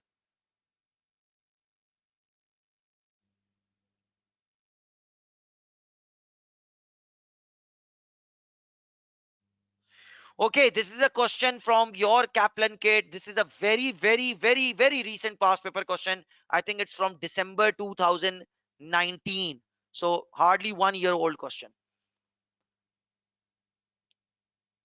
Where's the question? Yes. Okay, guys, concentrate. Next 10 minutes are very important and very crucial. Part A: describe the procedures the auditor should perform to resolve the exceptions noted from each customer during the positive receivable circularization. Oh my days. I just explained what circularization is. I just explained it to you that circularization could be for receivables, and similarly, the circularization could be for the payables. And I just happened to explain that the circularization could take the form of positive or negative. And in this question, we are talking about the positive receivable circularization. Is this clear what positive receivable circularization is? If you are clear what positive receivable circularization is, now read the question all over again. Describe the procedures the auditor Ahmed should perform now in order to resolve. In order to resolve what? In order to resolve exceptions. What exceptions? The exceptions you have figured out after the positive receivable circularization. It means the client has recognized different amount as a receivable, and on the contrary, unfortunately, the receivable circularization suggests something else. So there is a contradiction, and there are multiple clients. There is not one client. Are you all clear with respect to this 8 mark huge requirement? Are you clear with the requirement?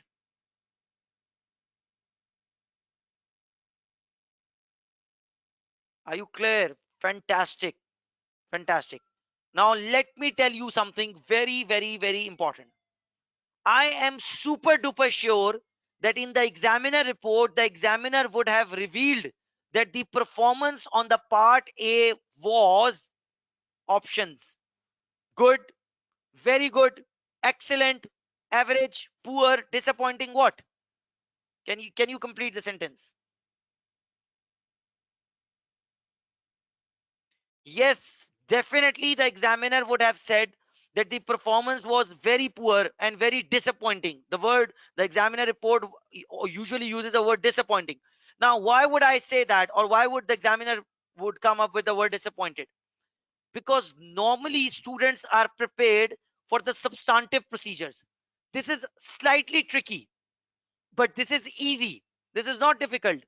So imagine there was an activity called positive receivable circularization, in which you tried to get the you tried to confirm the balance from the receivable. But once you receive the responses from the receivables, you realize that the balances as per the client and balances as per the receivable are not the same. So what are you going to do now? That's what the question is asking. Is this clear to everyone? Elitina, are you clear? The question. Okay. So what we are going to do now, let's see what the question has to offer first. It is 1st July 2015 and you are an audit manager of Spadefish and Company, and you are currently responsible for the audit of two existing clients. So the story is about two clients. First client is this Trigger Fish Company and the second is Marlin Company.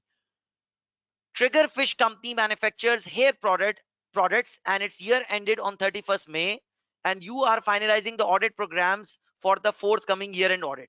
Okay. Marlin Company is a distributor of electronic goods and its year ended on 30th April 2015. The audit is almost complete and the audit report is due to be signed shortly. The following matters have been brought to your attention for each company. So the first story is about the Trigger Company, which is hair product manufacturing company, and the second story is about some electronic goods company, Marlin Company. Let's focus on the first company, which is Trigger Company, and the story is about receivables. T company's draft year-end trade receivables are 3.85 million, whereas the last year their receivables were 2.45. So there is an increase, a significant increase in the trade receivables. And revenue for the year is slightly increased. So revenue has increased slightly, but the receivables have increased quite a bit. It's a major increase, 30-40% increase. T company has a large number of customers with balances ranging from 5,000 to 45,000. So their debtors are many, starting from $5,000 to $45,000. A positive receivable circularization has been undertaken. So the auditor has already performed the positive circularization based on the year-end balances, and the majority of responses from the customers agree to the balances. So the majority balances have agreed. So the responses from the customer and the year-end receivable balance, they agree. Okay, fine. That's good. However, the following exceptions were noted. There are three exceptions. Number one exception is about a receivable called A company. According to my audit client, A company has to pay 36558, but response from the customer, oh, guess what, the customer has not responded anything. What are you going to do now?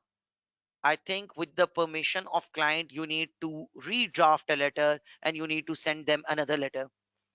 If you are unable to find any response, if still there is no reply, I think you might be interested in trying some alternative medium, such as you might be interested in making a telephone call or something, or you might wish to visit them. If still you are unable to figure out or unable to get a positive response from them or any kind of response from them, I think you need to rely on alternative substantive procedures in order to verify this 36558, such as you might be interested in the sales order, purchase order, you might be interested in the good dispatch notes. Are you clear with all these three uh, actions which I am recommending in order to resolve the issue? Are you clear with respect to first customer? Can I have yes? You can't inquire differences from the management. The difference is right in front of you. For the first client, there is no difference. The customer has not responded at all. As far as inquiring differences, that goes for other clients, not for the first one. Are you all clear? Yes, sir. Kind of getting an idea. Yes. If you are still doubtful,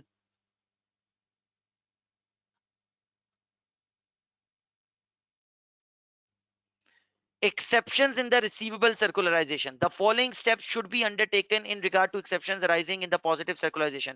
What about the first client? First of all, you got to follow up, come up with another circularization. Still no response? Try alternative things such as telephone calls. If still no response, go for alternative substantive procedures. Are you clear now? Read this one. You have got 30 seconds.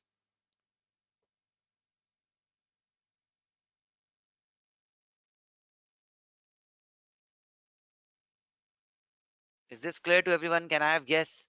This is tricky. Yes, warrant. If there is no response, we can go for alternative procedures.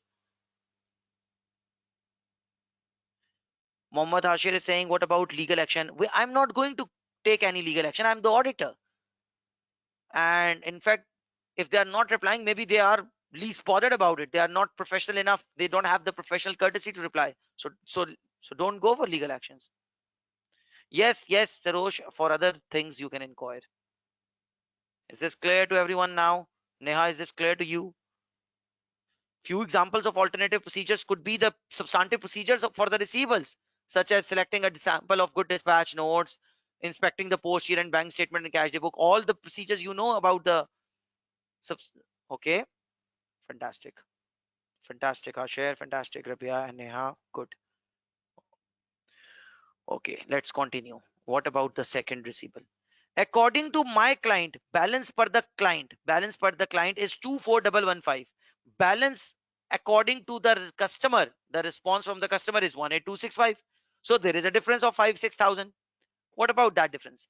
First of all, you need to have a discussion with the management and you need to figure out what are what is the point of view of the management regarding this difference. If the management is suggesting some timing difference, what does timing difference means? Once the year end receivable ledger was closed, the client did not receive the money as yet, but once the customer was responding to it, they might have issued the payment, but the payment was in transit somewhere in the banking system. So if the reason is cash in transit or something like that, payment in transit, you might be interested in the post year and bank statement and cash day book in order to verify whether the same amount has now been received. That's a valid response and valid action. And if that amount is still unreconciled, I might be interested in the correspondence between the customer and my client, because I might be interested in figuring out, in detecting some kind of dispute going on. Is this clear to everyone? 2 3 actions. Are you clear? Can I have yes? Inspect correspondence between client and customer in case of any dispute. Fantastic, Sarah. Yes, maybe not exactly cut off it.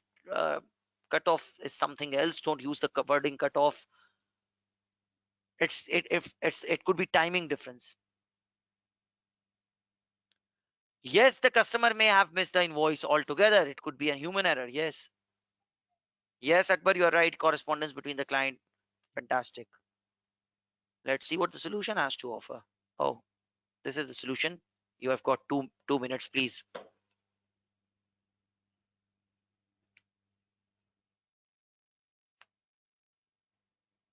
Can I have yes? Is this clear to all of you? Can I have yes? Oh, if there is a dispute going on, only then you might be interested in reading the or reviewing the minutes of the meetings in order to verify if there is something particular going on. Otherwise, no need of it. Okay, it's clear to majority of you. Fantastic. Last, according to my client, there is a credit balance of 5360. How can it be credit balance? Receivable balance is a debit balance, right? Credit balance. And according to the client, they need to pay 3450. What's the how is it that possible? Due to increase in receivable. Okay, no. How could this situation happen? Anyone? Yes, some sales returns or some credit notes and some advances. Ah, fantastic. Oh, Nabil is saying maybe the customer is also a supplier, so some netting off. Yes, fantastic. Fantastic. Some return goods. Fantastic. Well done. Well done. All of you have got identified the correct answers. Please read it. First of all, you need to have a discussion with the management and try to understand why there is a credit balance. Every time there is a unreconciling item, have a discussion with the management and get their point of view on board. If that particular supplier, if that particular customer is also a supplier, we cannot cancel out the transactions, but maybe we have incorrectly recognized the payable, the purchase invoice as a sale invoice. Maybe some mistake such as this one. Maybe it's due to credit note. Maybe we need to, we need to, we have issued a credit note, that is why we need to return the money, we need to, something like that. There could be a human error, there could be a mistake. Well done.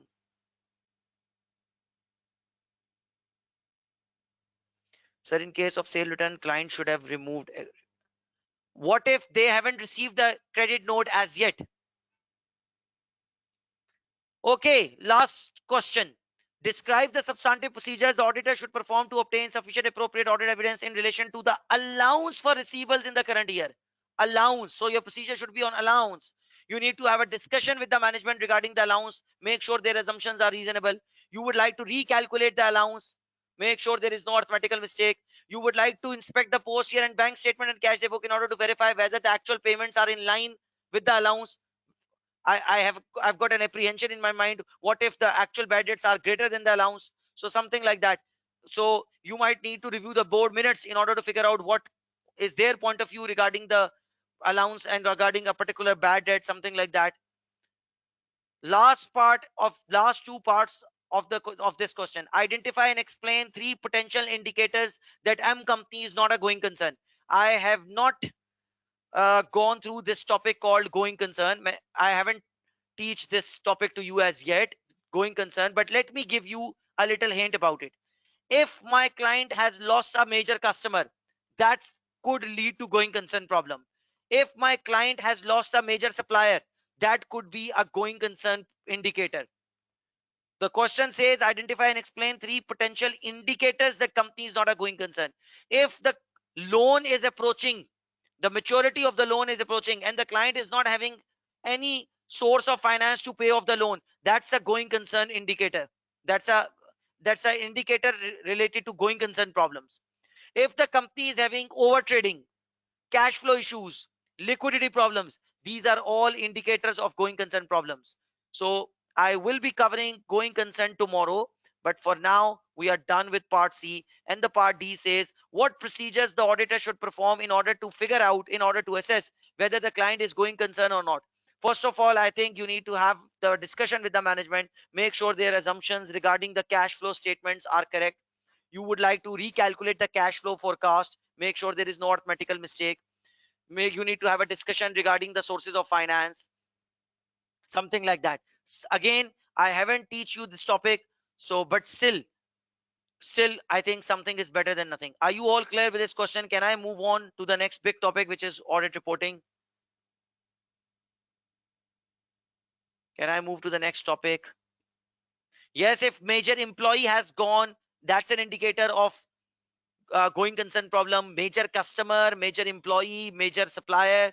If your company is overly reliant on one supplier, that supplier provides you 70% of your total supplies. Out of nowhere, that supplier goes bankrupt. You're gone for all money.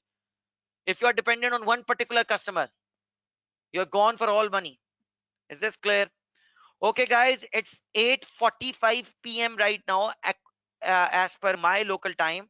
Let's have a break of 10 minutes. And what we are going to do after 10 minutes, we are going to start a brand new topic, and that is audit reporting. It will take half an hour, or the audit report will take at least half an hour. Once I'm done with the audit report, I will go to that particular question of 5 marks, which will be examined in any case to all of you, the impact on the audit report, and then we'll cover an OTQ regarding substantive procedures. So that's the plan. Meanwhile, uh, if you have any question, you can post it. Otherwise, I would like to start the new topic after the break. So let's have a break for 10 minutes. Thank you very much. See you soon.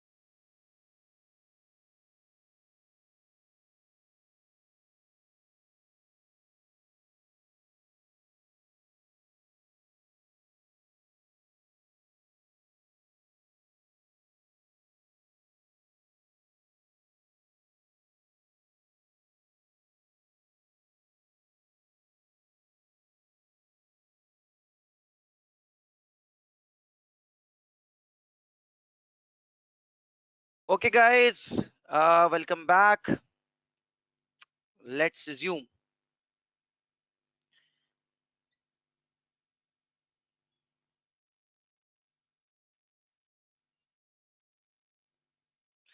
Okay, Aisha is asking if destruction or damage of a huge part, that is building of a client, can also be an indicator of the business or going concern, business not. Yes, if that particular damage is a huge one and that will lead to compromises on productions and sales and the future, that would be considered as a potential going concern problem. You're right. But if that issue is not a major one, then we are not going to consider it as a going concern problem. Okay, I'll try to cover going concern tomorrow. What things are in my mind regarding the fifth day? I'll start with ethics. I'll cover going concern, ethics. I'll cover corporate governance, then internal audit, then going concern, and subsequent event. I'll try to make sure all five. I haven't covered all five minor topics in one single session of webinar as before, but tomorrow I will try for that. And for that to happen, I have to make sure that tomorrow I'm not going to discuss anything regarding risk controls and procedures, substantive procedures. Is this clear? How does that sound? Fifth day, no discussion about audit risk, no discussion about controls, no discussion about substantive procedures. But as a result, what we can achieve: ethics, corporate governance, internal audit, everything. In fact, at the end of the fifth day of webinar, if things turn out to be as per my plan, you can tell this to anyone that I have covered 100% course in 5 sessions, which is very difficult task. Usually, the, all the respected teachers have to make compromise on anything just to make sure they don't have to compromise on quality. Materiality will be dealt within few minutes because materiality has got to do with audit risk. One last request, then I'm moving on. That substantive procedures for revenue. See, substantive procedures for revenue. First of all, think about it that revenue is part of the profit or loss account. So the assertions are COCA. Okay, and the procedures are AEIOU. Can you apply A? Yes, you can compare this year's revenue with the last year, specifically on a month by month basis, specifically on a customer by customer basis, specifically on a category by category basis, and make sure that there is no difference. And if there is any significant difference, you got to have a discussion with the management.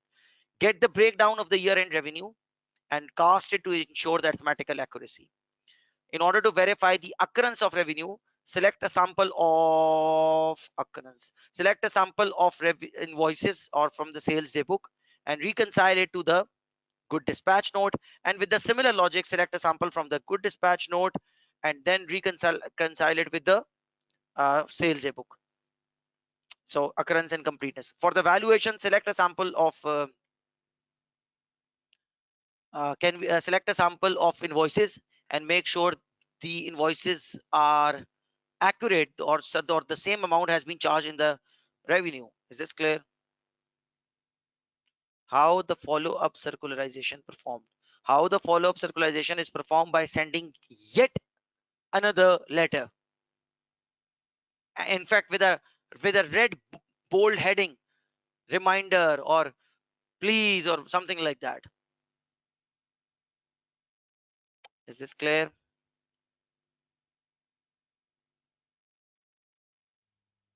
Yes. Okay, fantastic. Okay, before I move on,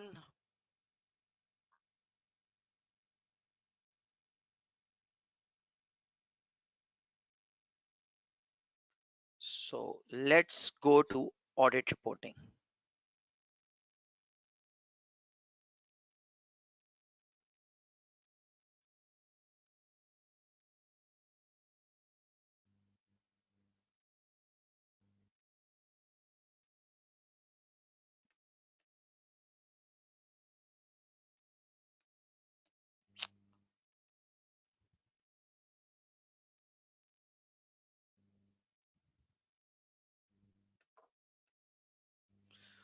Okay, let's go to audit reporting. So can I have a confirmation from all of you that all of you are crystal clear with respect to audit risk, controls, procedures, and you all are geared up towards audit reporting. Can I have a confirmation? Can I have yes? Shall we start audit reporting? I am excited. This is tricky. Okay, Ushna, Lima, Ifra, Muhammad, Sara, thank you very much. Fantastic. Let's do it. Let's start audit reporting.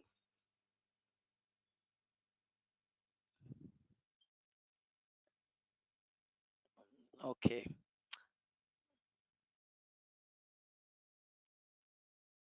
Audit report, audit report, audit report, audit report.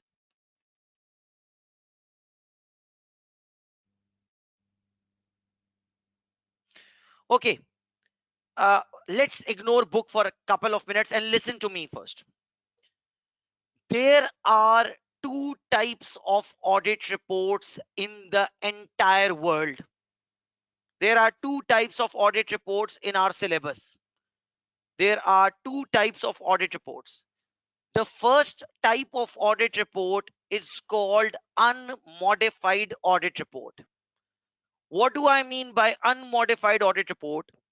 Unmodified audit report means the auditor is not having any objection. When I say the auditor is not having any objection, I mean that the opinion of the auditor regarding the financial statements is that the financial statements are expressing a true and fair view. Considering the fact that the first type of report is an unmodified audit report, which means that auditor is not having any objection whatsoever. The audit opinion would be that the financial statements are expressing a true and fair view. Moreover, as I said, the first type of audit report is an unmodified audit report. Unmodified means there is no extra or additional communication paragraph in the audit report. Now, what's additional or additional communication paragraph? If you as an auditor are going to add an extra paragraph in the audit report in order to communicate something extra which is not part of the normal audit report, as a result of the inclusion of that particular paragraph, the audit report is called modified audit report, which is type 2. Let's go back to the type number 1 of the audit report. The type number 1 of audit report is called unmodified audit report. And when I say unmodified audit report, it means two things. Maybe somebody would like to pen it down. Unmodified audit report means two things. Number one, that the auditor will be having an opinion about the financial statements, that the financial statements are giving a true and fair view. So if the audit report is unmodified audit report, definitely the opinion will be financial statements are expressing a true and fair view. Moreover, if it is an unmodified audit report, the second characteristic or second reflection of unmodified report would be that there will not be any additional communication paragraph. Can you let it sink in? Can you absorb it? Can you hold it for a moment? Unmodified audit report has got two characteristics in it. There are two types of audit reports. One unmodified, definitely the second one is modified, but let's ignore modified for now. Unmodified audit report will be having two characteristics in it. Number one, the opinion regarding the financial statements of the auditor, the opinion by the auditor regarding the financial statements will be that the financial statements are reflecting a true and fair view. Second, there will not be any additional communication paragraph. How does that sound? Are you all clear with unmodified audit report? Can I have yes about it? Mr. Kabir, you are asking what about the going concern paragraph? I haven't started the going concern paragraph as yet. Why are you going towards it? I don't know what's going concern paragraph is. So leave it for now. Stick to what I'm telling. Are you all clear with unmodified audit report? I don't know what's a going concern paragraph is. Are you all clear? I have received almost 25, 30 confirmations. Can I have more confirmations so that I could feel more confident? And let me repeat it once. unmodified audit report and modified audit report. There are two types of audit report in the world. That's it. Even in the advanced audit and assurance, there are two types of audit report, or unmodified audit report and modified audit report. And I'm strictly talking about unmodified right now. By the way, an unmodified audit report is in the best interest of all the stakeholders. How?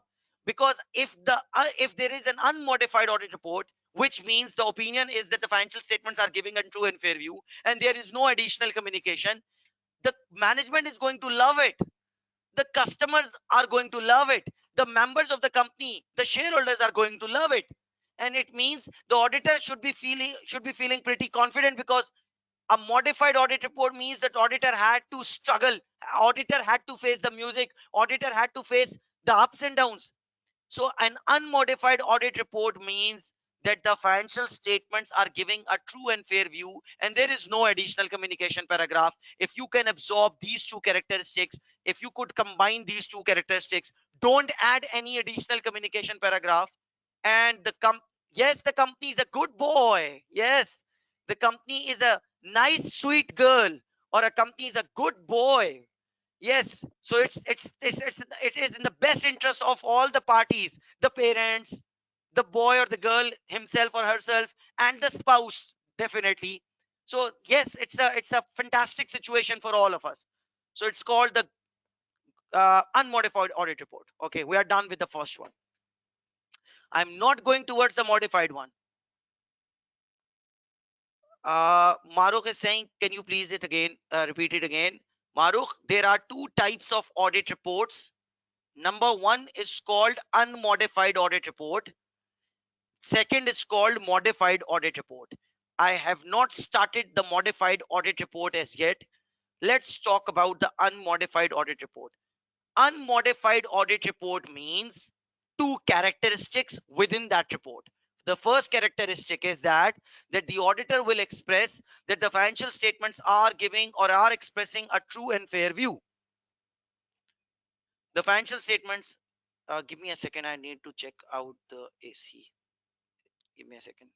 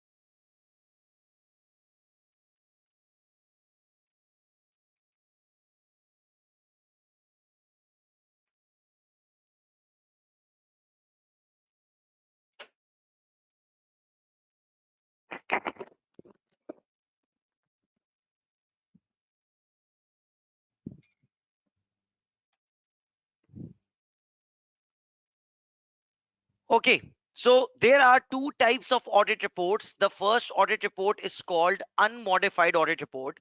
And what do I mean by unmodified audit report? Unmodified audit report means a auditor is not having any objection regarding the financial statements, which means that the auditor's opinion is that the financial statements are expressing a true and fair view.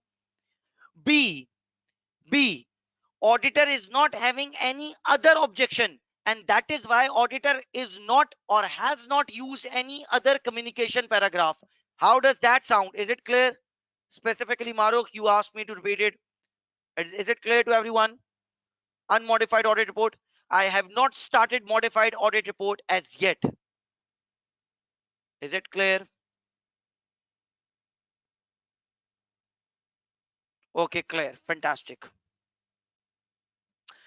If it is clear, let's explore what are the contents of an unmodified audit report.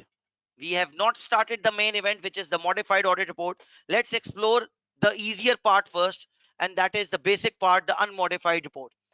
In any unmodified audit report, the first thing will be title. and the title is Independent Auditor's Report.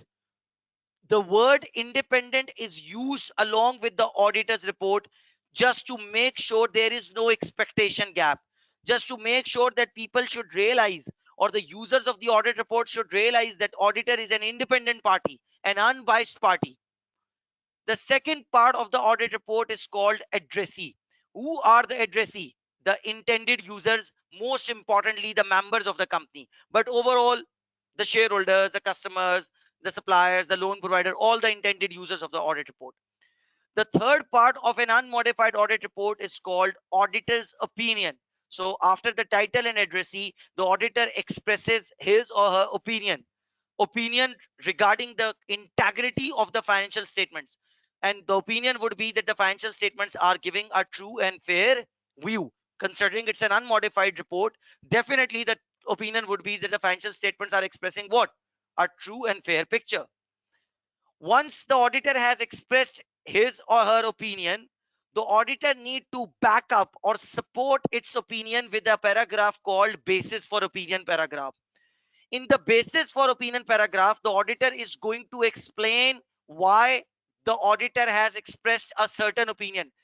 In simple words, if you have expressed that the financial statements are giving a true and fair view, you need to support, you need to explain why is that. So you will provide what standards you have used, what you will make the make the shareholders or the intended users realize that I have used auditing standards, I have checked according to IFRS, and blah blah blah. So the basis for opinion paragraph is a supportive paragraph for the auditor's opinion paragraph. The fourth paragraph is a paragraph which is used as a support to the paragraph number 3. Just imagine for a second, I'm taking you from the unmodified audit report to a modified report. Imagine you would have said that the financial statements are not giving a true and fair view. Let's say you would have said the financial statements are giving an adverse. Your opinion would have been adverse. So you would have explained why why you are saying adverse in the basis of for opinion paragraph. So the basis for opinion paragraph is there as an explanatory paragraph to the auditor's opinion. It's a supportive paragraph. Okay, the 1, 2, 3, 4 is gone. Now comes the fifth paragraph, which is called key audit matter paragraph. Key audit matter paragraph is a paragraph which is a mandatory paragraph, a compulsory paragraph if your client is a listed company. If your client is not a listed company, you can skip this paragraph. What's the purpose of key audit matter? Key audit matter paragraph would like to draw attention to any other significant matters which the auditor believes will improve the understanding of the entity. So if there was something important during the audit, and as an auditor you realize that this is important, and then you audited it, and then you concluded it, and then you finished it, maybe you would like to highlight this issue with the public or with the members of the company. So you are going to use a paragraph called key audit matter paragraph. Let's say there were important audit risk, and you responded to that audit risk. Maybe there were some important frauds, and you investigated the impact of that fraud. You figured out how material is that, and then that issue was resolved. So you are going to use key audit matter paragraph for that. The number 6 paragraph in any unmodified audit report is called other information paragraph. In the other information paragraph, the auditor is going to highlight that I am the auditor of the financial statements, and other information is not subject to audit. Now, as a student, you might be wondering, what is other information? Remember, the financial statements are publicly declared as a form of an annual report. And in the annual report, there is one thing called financial statements. The other thing is called audit report. But there are so many other things, such as, for example, chairman's report. Now, that chairman's statement is not part of the financial statements. Those information which are included in the annual report but are not subject to audit are called other information. As an auditor, you are not supposed to audit them, but your auditing standard ISA 720 says that it is your responsibility that you as an auditor should read the other information. You should read the other information. Maybe there is a problem in other information, so you got to read it. You are not going to audit it, you are going to read it. There is a huge difference between the two. Number 7 paragraph is a responsibilities paragraph. You are going to express the management is responsible for the preparation of financial statements. And in the 8th paragraph, you are going to express that we are, as an auditor, only responsible for the audit. If there is any local laws and regulations and you need to report on that, for example, certain environmental laws, so you are going to report in the 9th paragraph. 10th, the signature of the engagement partner. 11th, the audit firm's address. 12th, the date of the audit report. Is this clear? An unmodified audit report. Can I have yes on that? No, Sarosh. Key audit report does not make the report modified. Obviously, no, because I was explaining all those ingredients which are part of the unmodified audit report.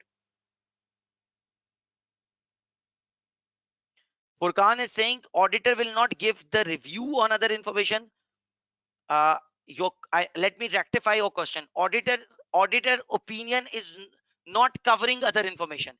As an auditor, you are auditing financial statements, so your opinion is covering financial statement. Your opinion is not covering other information, but as an auditor you are required to read the other information.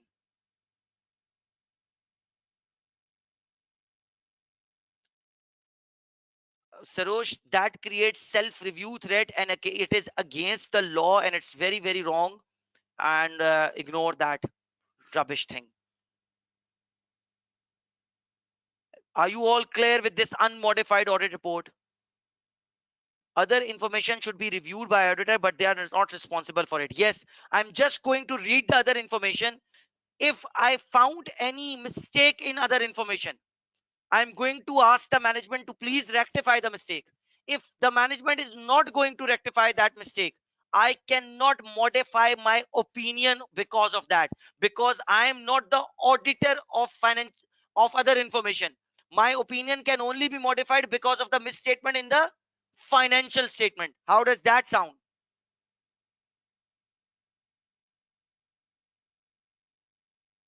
Yes, other information has got nothing to do with the opinion. Fantastic.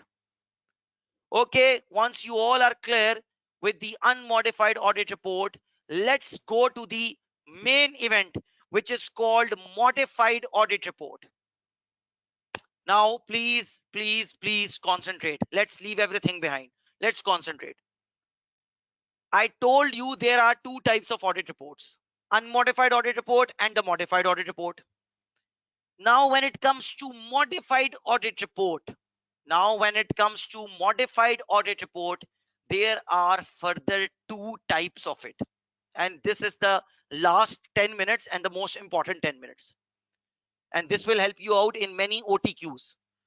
There are two types of audit reports: unmodified audit report and modified audit report. But the modified audit report can be categorized into two categories. Number one modified audit report is called modified audit report modified audit report, but without modifying the opinion. Modified audit report, but without modifying the audit opinion. Now, what does that mean?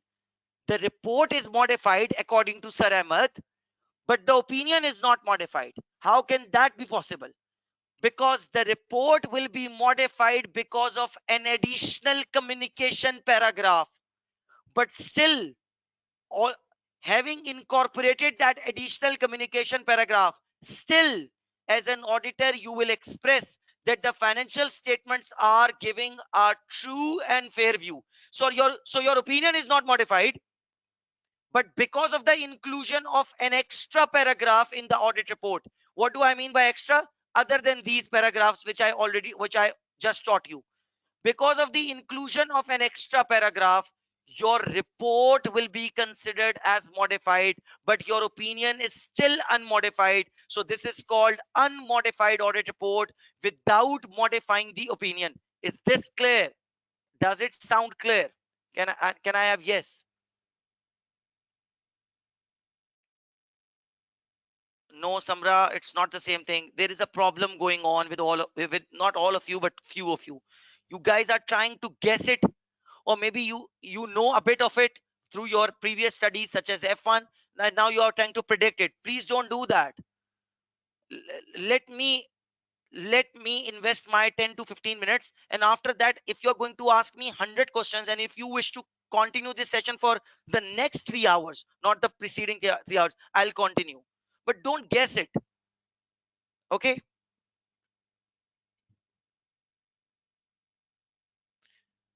let me start from the sketch and let me be a bit quick now. There are two types of audit reports. The first audit report is called an unmodified audit report, and in the unmodified audit report, the opinion is that the financial statements are giving a true and fair view, and moreover, there is no additional communication paragraph. Okay, let's go to the second type of audit report, which is called modified audit report. The modified audit report can be categorized into two categories. The first category is called modified audit report, but without modifying the opinion. So if the opinion is not modified, what the opinion would be? What the opinion would be? If the opinion is not modified, what the opinion would be? Now I am asking the question. Please tell me, if the opinion is not modified, what the opinion would be?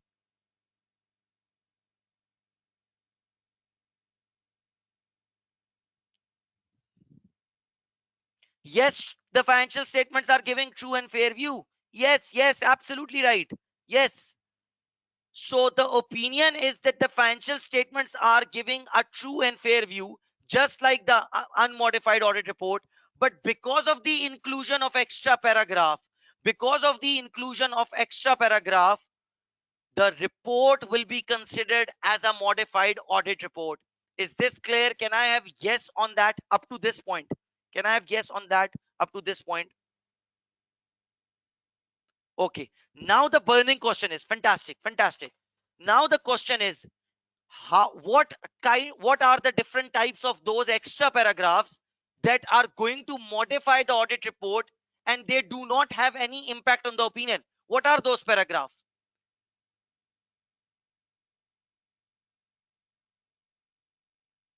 No, Samra, you are again guessing it wrong. Don't guess it. I haven't taught anything such as except for something. So why are you guessing it? Don't do that, please.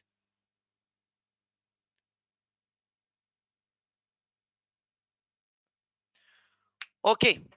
Now the modified audit report without modifying the opinion. Now these three extra paragraphs are going to modify your audit report. Any one of them. Out of these three, any one paragraph, any two paragraph, or all three paragraph, the inclusion of these paragraph or paragraphs would modify the audit report without having any impact on the audit opinion. So the report will be considered as modified, but the opinion will not be considered as modified. Still, Samra, the opinion would remain that the financial statements are giving a true and fair view. Is this clear, Samra? Now, what are those paragraphs? The first paragraph is called material uncertainty related to going concern paragraph. Now, please imagine I am the external auditor and you are my client. When I was auditing you, I realized that there are uncertainties related to going concern. But I believe you are a going concern company. But there are uncertainties related to going concern. As an auditor, I would like you to disclose those uncertainties in the notes, in the disclosures. Now, just imagine you as a client have disclosed all those uncertainties related to going concern in accordance with the accounting standards. So you have disclosed everything. Now the financial statements are giving a true and fair view. I can't modify my opinion because the financial statements are reflecting a true and fair view. What I'm going to do now? I would like to highlight those disclosure notes in my audit report. Why I want to highlight that? Because those disclosure notes are extremely important for the understanding of the users of the audit report, for the understanding of the users of the financial statement. So I am going to use an extra paragraph in my audit report, which the paragraph is called material uncertainty related to going concern paragraph. And in that paragraph, I will explain that there is a going concern uncertainty which has been fully dealt and disclosed by the client in the notes, and I will highlight that particular disclosure note. That's it. Because of the inclusion of this particular paragraph, which is called material uncertainty related to going concern paragraph, the short form is MURGC paragraph, material uncertainty related going concern paragraph, MURGC paragraph, the audit report will now be considered as a modified audit report. But please realize, my opinion is still that the financial statements are giving what? True and fair view. Are you clear with this first additional communication paragraph? Can I have yes?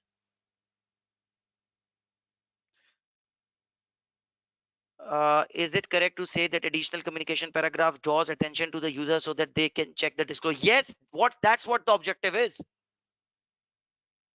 Oh, Samra is saying I can't hear you. Same here. Same here.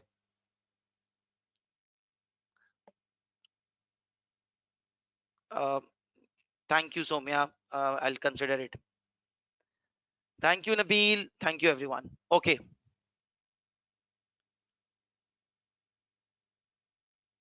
Yeah, yes, please. Yes, please, Warrant. It's okay. Okay. Now what? There is another paragraph which is called emphasis of matter paragraph. Again, the logic is same. When as an auditor, I'm going to incorporate this paragraph in my audit report, the opinion would still be that the financial statements are giving a true and fair view.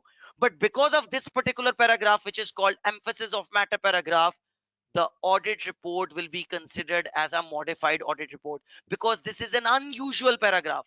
Now the question in your mind should be, what's emphasis of matter paragraph? What this paragraph has to do with the audit report? If as an auditor I would like to highlight any particular accounting treatment made by the client, any particular adjustment made by the client, any particular disclosure note made by the client, I would use this particular paragraph to highlight that particular thing. Now, please realize this is different from MURGC paragraph. MURGC paragraph only highlights something which has got to do with going concern. Emphasis of matter paragraph highlights anything contained within the financial statements correctly dealt by the management, but it should not have anything to do with the going concern. If it has got to do with the going concern, we are going to use MURGC paragraph. So MURGC paragraph or emphasis of matter paragraph both have got the same objective, that is to highlight something which has already been correctly dealt by the management in the financial statements. It could be a disclosure. But why MURGC and emphasis of matter paragraph are separate from each other? Because MURGC has got to do with going concern and emphasis of matter paragraph has got to do with anything but not with the going concern. Is this clear? What's MURGC and what emphasis of matter paragraph? Anything. It could be anything. You all are referring few examples. Yes, it could be anything. Maybe significant impairment expense, unusually high allowance for doubtful debt, significant provision, maybe anything. It could be anything which you want to highlight, but make sure that anything has got nothing to do with going concern, because if it has got to do with going concern, there is a separate paragraph for going concern issues. It's called MURGC paragraph, or I normally call it Murga paragraph in my class. The Murga paragraph is exclusively designed for the going concern issues. Emphasis of matter paragraph is designed to highlight any other issue other than the Murga paragraph. Mavish, no impact on opinion. Still the opinion is true and fair. Okay, hold. If the financial statement should have been made on breakup basis, if the financial statements would have been made on breakup basis, and they have been on breakup basis. No, no, no, no, no. If the financial statements have been prepared on breakup basis, let's divide this. Well, I need to deviate. Well, I'll answer that question afterwards because I need to change everything. I'll answer that. Anything which is material can be considered under yes, anything material which I as an auditor believes need to be realized by all the uh, users of the financial statement, I will use emphasis of meta paragraph for that. But if that thing has got to do with going concern, I will use MURGC paragraph for that. If any IS 38 and the proper split of research and development is not mentioned in the report, so will it be disclosed in the emphasis paragraph? No, no, no, no, no, no, no, no. If the client's accounting treatment in accordance with IS 38 is not correct, you are not going to use emphasis of matter paragraph for that. If the client's accounting treatment is correct and you want to highlight that, then you are going to use emphasis of matter paragraph. Make sure these additional communication paragraphs are not highlighting a material misstatement. In fact, they are not highlighting any misstatement. The financial statements have to be all right. They need to reflect a true and fair view. Okay, Mr. Don is asking why we need to highlight, and because we want to improve the user's understanding regarding the financial statement so that they could make more informed decision. No, Neha, it's not like that. I haven't started discussing material pervasive. I haven't used such words in this lecture. Yes, that's a more valid explanation by Mavish. Treatments are accurate and all right, but as an auditor, I would like to share, or I would like to highlight, yes. Okay, somebody is saying legal claims under emphasis of matter.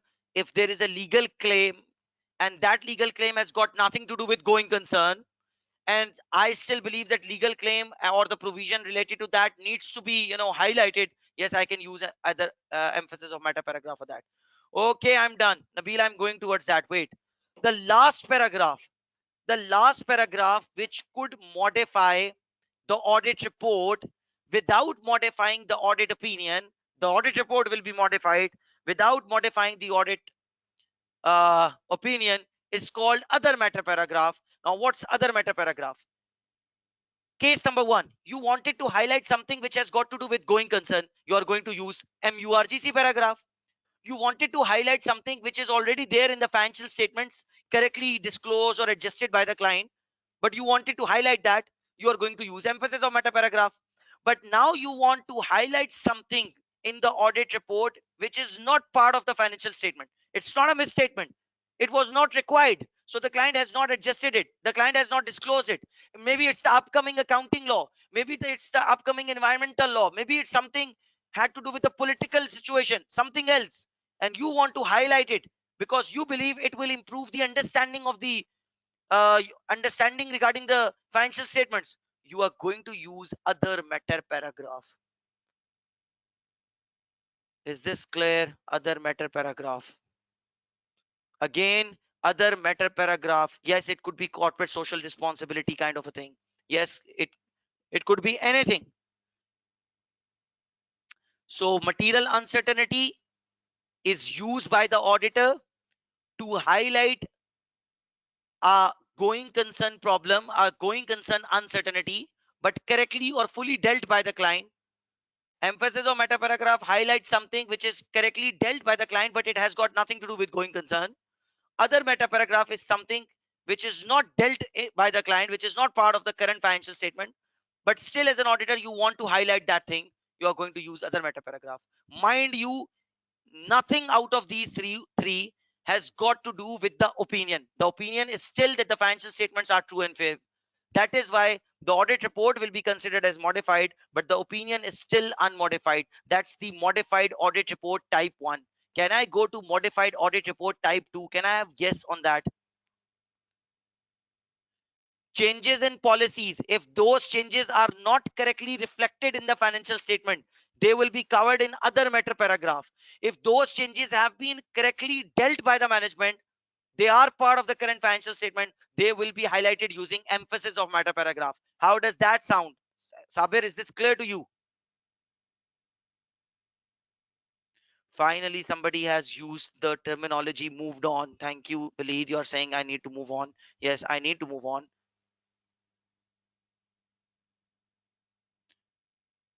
How is other matter different from key audit matter? Key audit matter is something which, as an auditor, you found important during the audit. It could be an audit risk, and you had as an auditor, you responded to it. So it's different. Other matter is something which you believe that it will improve the user's understanding, and it has not got it has not it is not to do with the audit risk or something with auditor.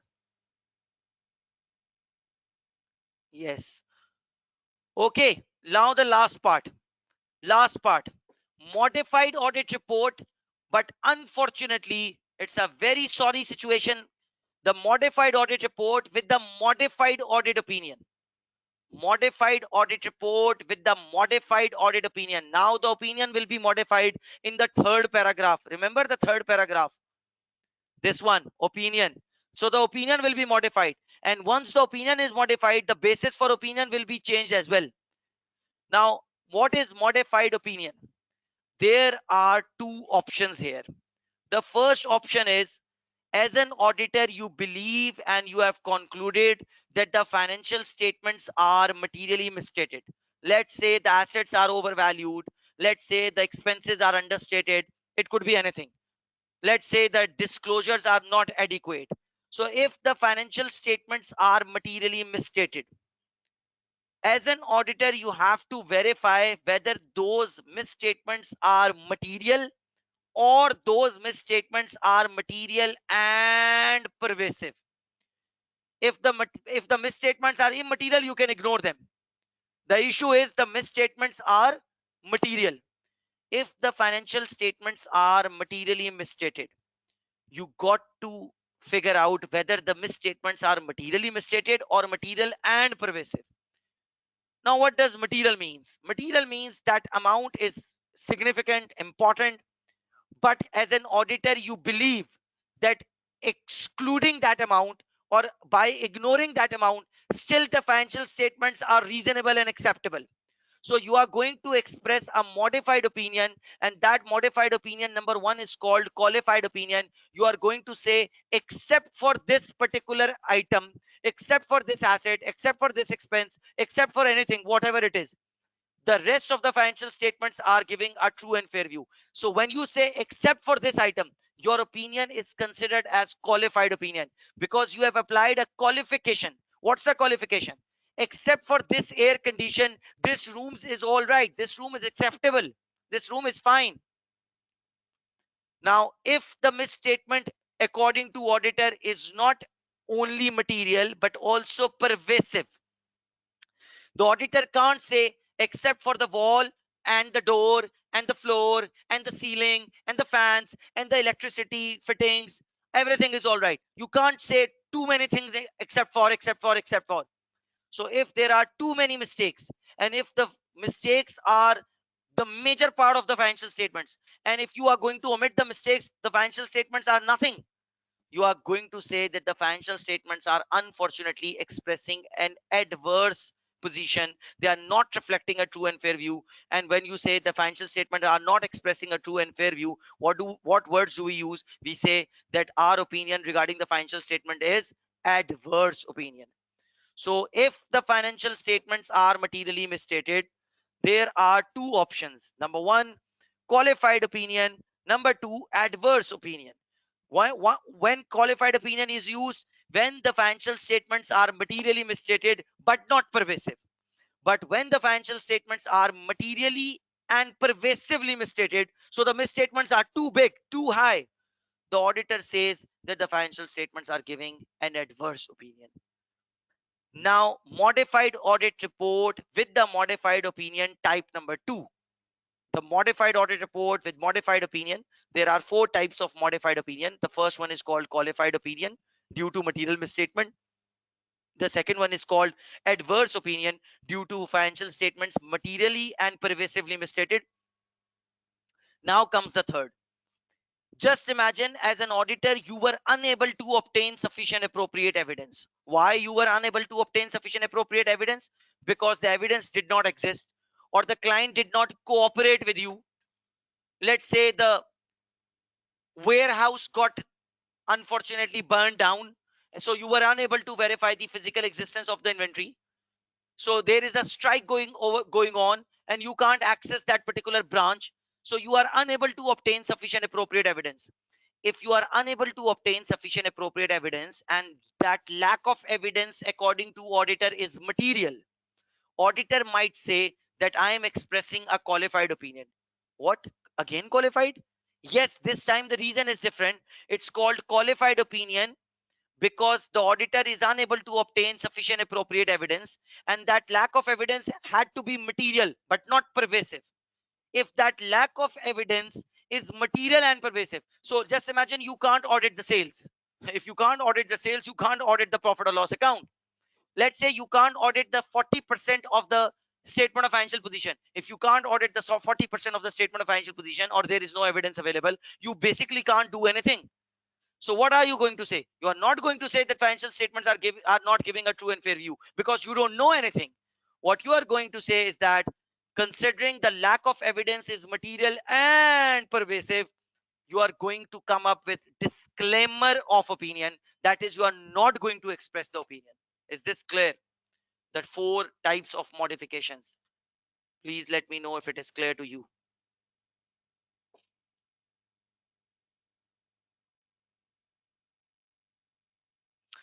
Okay, slow. Hold on. Mavish is saying, what's the difference between other matter and other information paragraph? In the other information paragraph, I simply say that I am the auditor of the financial statement, and other information is not part of the audit.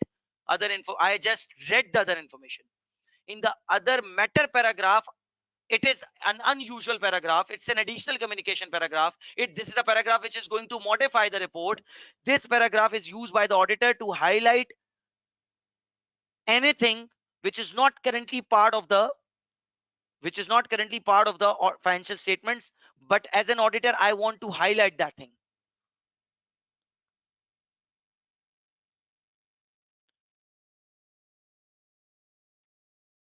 Sir, pervasive means a misstatement which has got a huge impact. Maybe it could lead to misstatements in the next periods as well. A misstatement which is going to be so big that it is going to ruin the whole set of financial statements. Maybe the misstatement is so huge that it is going to convert net assets into net liabilities, net profit for the year into net losses. So anything which has got a huge impact. Disclaimer of opinion means that auditor is going to express an opinion, and that is, I am unable to express an opinion. That sounds funny, but it is what it is. You are expressing an opinion, you are publicly declaring audit report, but in the opinion paragraph you are going to say we are unable to express the opinion. That's what disclaimer of opinion means.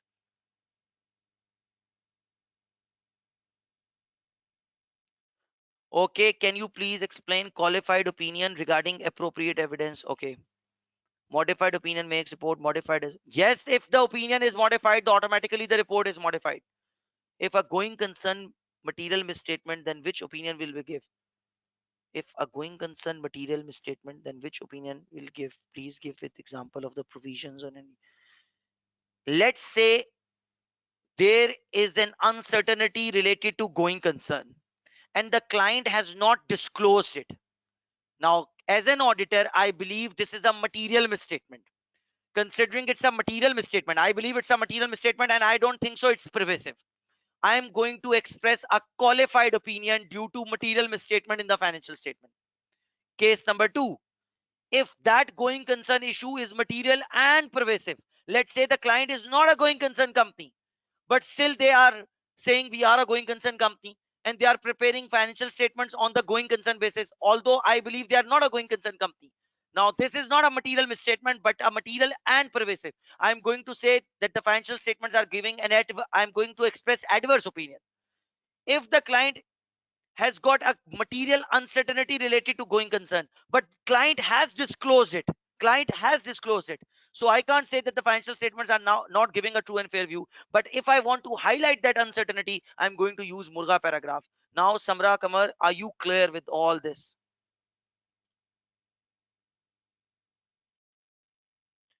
Rabia, this pervasive and material thing is a judgmental thing. It's a judgmental thing.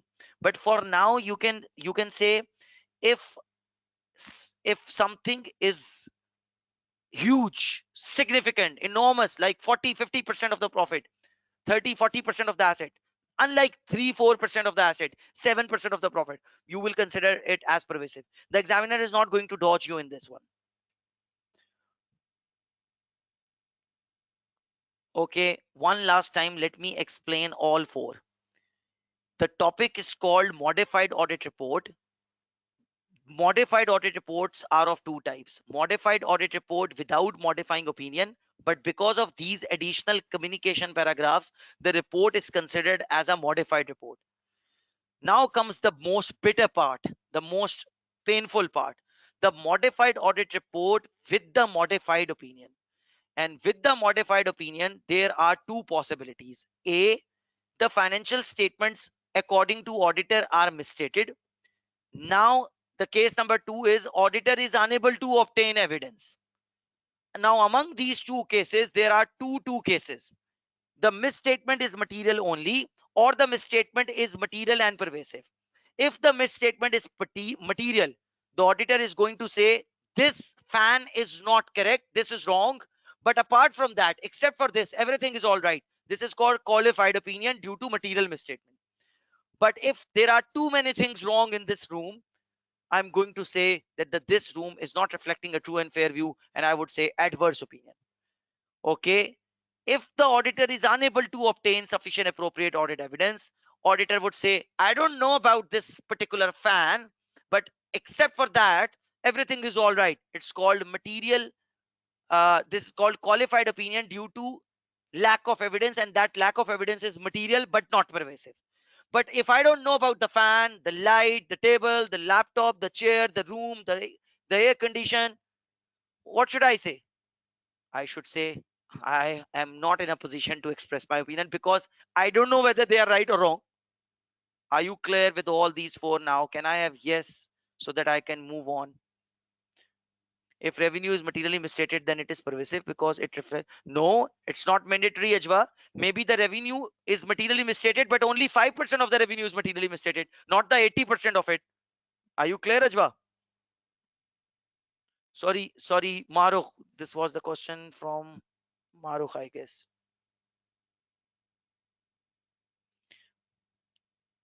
The benchmarks regarding the materiality are three. I expressed those benchmarks in the earlier classes as well. Learn the mnemonic RAP. Write it down. RAP. RAP. RAP. Revenue half percent to 1%, but use half percent in the exam. That's what examiner recommends. Half percent for revenue. A for assets, 1% for assets. P for profit, and 5% for profit. Half percent, 1%, 5%. Thank you, Warren. Thank you. Qualified opinion is not present, true and fair view. Qualified opinion means that the financial statements are not expressing a true and fair view because of any particular thing, because of one thing or two things. But if there are too many things, you can't qualify, you have to go for adverse. Mavish, is this clear to you now? Can I have yes from majority of you that all of you are clear with respect to this topic?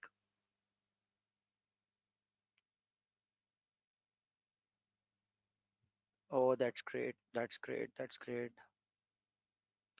Oh, Sarosh is saying, please move on, sir. Yes, Sarosh, thank you. One last important thing is if somebody has to incorporate MURGC paragraph in the audit report, it has to be at the number fifth position, that is after the basis for opinion. If somebody has to incorporate emphasis of matter, it has to be at the number fifth. If somebody has to incorporate Murga paragraph and emphasis of matter paragraph, both, MURGC should be first, emphasis of matter paragraph afterwards.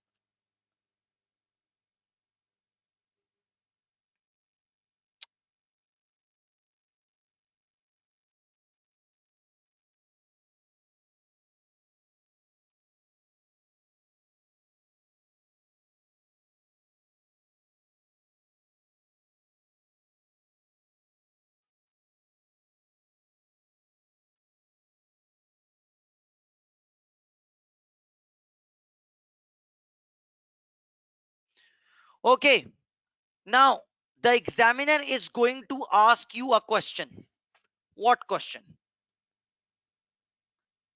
Every student is going to get this exam requirement. Every one of you, I'm telling you. The examiner is going to ask you, discuss the issue and describe the impact on the auditor's report, if any, should this issue remain unresolved. So imagine there is an issue between the auditor and the client, and let's assume that issue remains unresolved. If that issue remains unresolved, you got to discuss the issue, you got to discuss what impact it will have on the audit report. Now let's read the question. This is a question we did yesterday called Gooseberry. Remember, there was a question regarding research and development. Remember, the client has spent 1.9 million and they have capitalized everything as an intangible asset. I wonder whether the criteria of capitalization is fulfilled. I wonder whether they have incorporated any research expense into it, which is not allowed according to IS 38. Now let's go to the last part of the question. During the audit team discovers that the tangible asset balance includes 440,000 related to the one of the 9 new health and beauty product development projects. Remember, the question revealed that there are 9 products going on. They are developing 9 products. New 9 health and beauty products, all of them are at the development stage. Okay, fine. Now out of that 1.9 million, the audit team has concluded that 1.9 out of 1.9 million, 0.44 million or 440,000 does not meet the criteria, which does not meet the criteria. So the auditor is confident that this 440,000 should have been charged to the profit or loss account as an expense, and it should have been removed from the intangible assets, right? As this project is ongoing, the finance director has suggested that no adjustment is made. Finance director does not agree with your point of view. Finance director believes, she believes that the project will eventually meet the criteria somewhere in the next year, so they should capitalize it. Although IAS 38 does not allow that. IAS 38 says if at the year end the criteria for the capitalization is not fulfilled, you got to expense it, you got to charge it in the profit and loss account, you got to de-recognize it, you can't capitalize that. This is not an excuse, or this is not a reason that in the future eventually it will meet the recognition criteria. Once the recognition criteria will be met, from then on the development costs can be capitalized. For now it cannot be. Now the requirement is discuss the issue and describe the impact on the auditor's report, if any, should this issue remain unresolved. In the exam you will have a different story, but the requirement will be the same, and the methodology or the style of writing will remain the same. How are we going to write it? First of all, very, very, very briefly, without using much time and energy, we are going to use the story or the background from the question itself. We are going to briefly say that the company has spent 1.9 million on developing 9 projects, and one of the project does not meet the criteria and the amount is 440,000. So very briefly, then you got to calculate and discuss the materiality. Now, how are you going to calculate and discuss the materiality? This 440,000, how much this 440,000 represent as a percentage of profit? Somebody use a calculator. 440,000 divided by 6.4 million. I would like to know how much this 440,000 in relation to the profit percentage wise, and how much it is with respect to assets. Calculate, please help me out. So somebody has calculated that it is 6 or 7% of profit. And what about assets? Yes, Mavish, you can copy the issue from the question. Why not? Let me share. I will share a video in the group today regarding that copy thing. Okay, it is somewhat 12% of the assets or 1.2% of the asset. Someone is saying 12.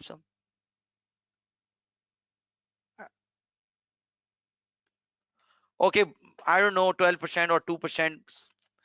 You guys are not performing the calculations right. Anyways, it is 7% of the profit, and I just told you a moments ago that the materiality for the profitability starts from 5%. So is it material? Yes, it is material. So you are going to say that this represents 7% of the profit, and let's say 3% of the assets, so it is material to both the statement of financial position and to the profit or loss account.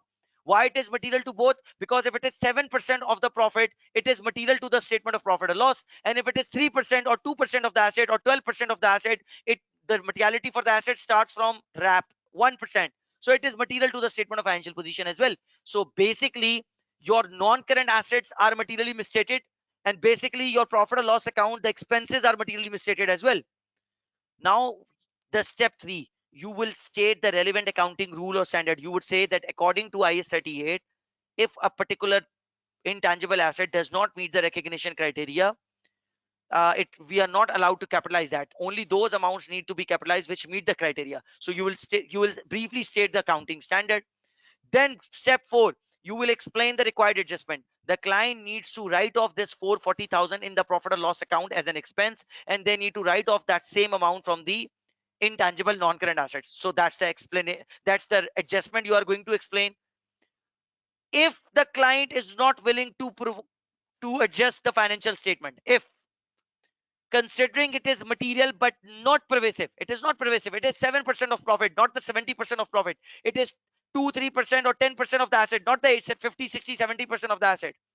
Considering it is material but not pervasive, the audit opinion would be qualified opinion due to material misstatement in the financial statement. And what's the impact on the audit report? The basis for opinion paragraph would change into basis for qualified opinion paragraph. And in the qualified opinion paragraph, we would explain that the assets are overstated and the expenses or the profit is overstated or the expenses are understated. Is this clear? The whole step. All you need is a bit small sentence for everything. Are you clear? And you are going to get 5 marks for that. Are you clear? Can I have yes? Can I have yes on that? If you still feel underconfident regarding that, I can make you more confident by simply revealing the solution. Let's see what the solution has to offer. Let's see whether the technique which I just shared,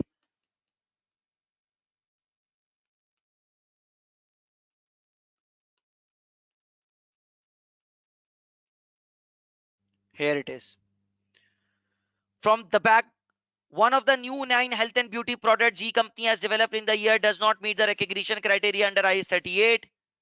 This is contrary to IS 38 because if the criteria does not meet, it needs to be expense out.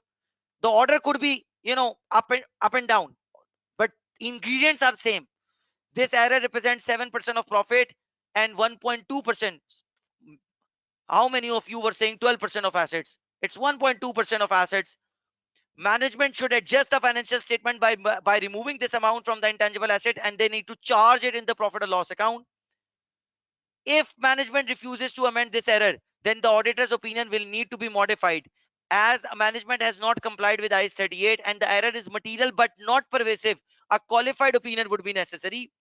The basis for qualified opinion paragraph would need after the opinion paragraph, and it would explain that the assets are overstated and the expenses are understated. The opinion paragraph would be qualified except for. So the opinion paragraph would call qualified paragraph. The basis for opinion paragraph would be renamed as basis for qualified opinion paragraph. This is a same pattern which you can practice in many other questions. Are you all clear with this one? Yes, I will share that file. Don't worry. I will share that file. Don't worry. Is this clear? Neha, you are not going to be in a situation in which you have to decide whether it is pervasive or, or material.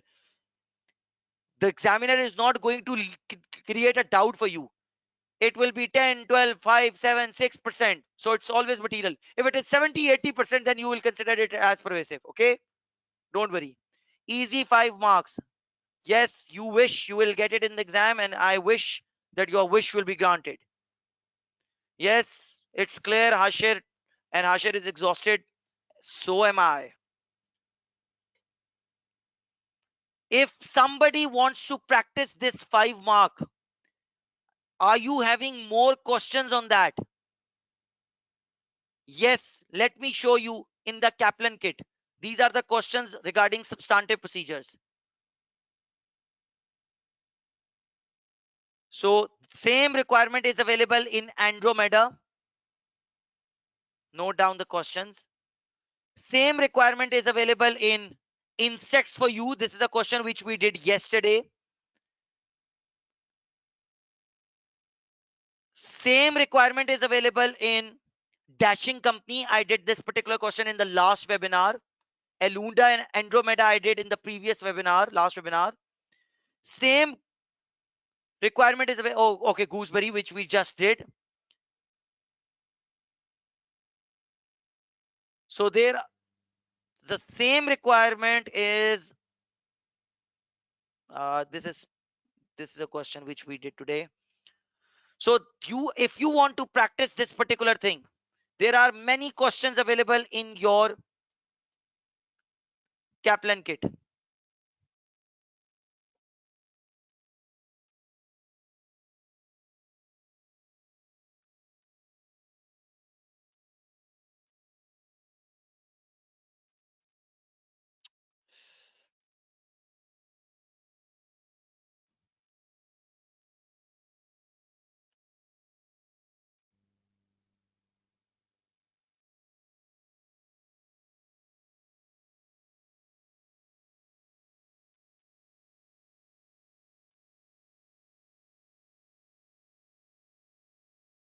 There is a question in the kit called kangaroo construction.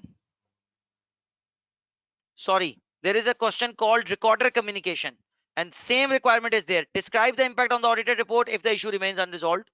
There is a question in the Kaplan kit on audit risk called kangaroo construction. Let's go to the last part. First of all, there is a knowledge based materiality. Then you have to calculate the ratios. Then you have to identify and explain audit risk. You all know all these parts, right? You can solve this question at home. The last part says discuss the issue and describe the impact on the audit report if this issue remains unresolved. All the parts have got the same methodology of answering the question. Can I have yes? Are you feeling confident? Can you practice this particular part today?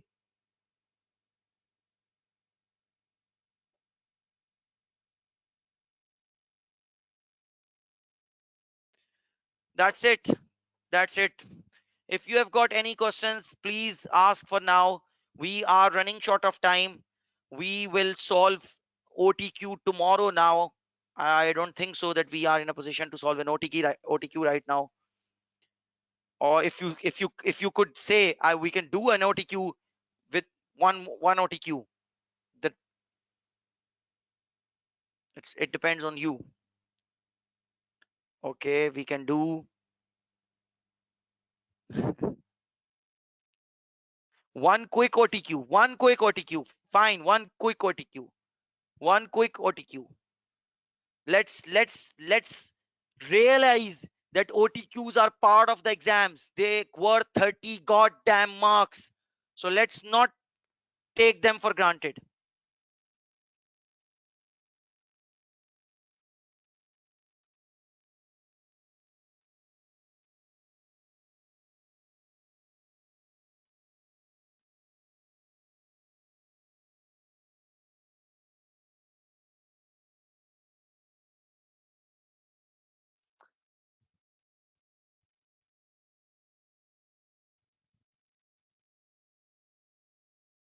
Okay, this is a very tricky OTQ. Very tricky OTQ. And last 5 minutes, then we are done with this today's session. Last 5 minutes. Chester Company manufactures and sells pet toys to wholesale market. It has prepared its financial statements to 31st July 2018, and you are an audit assistant with D Company and you have been assigned the current liability balance in the audit work plan. So you are auditing the current liabilities. Focus. You have calculated the payable payment period of 66 days as compared to the 45 days. Last year it was 45, this is 66 days. So payable payment have increased significantly, and you have asked the directors of Chester Company to provide an explanation for the increase. That's what substantive procedures do, Sarosh. Calculate the payable days and compare it with the last year. And if there is a significant increase, you need to have an explanation from the management. Chester Company receives monthly statement from its main suppliers and performs regular supplier statement reconciliations.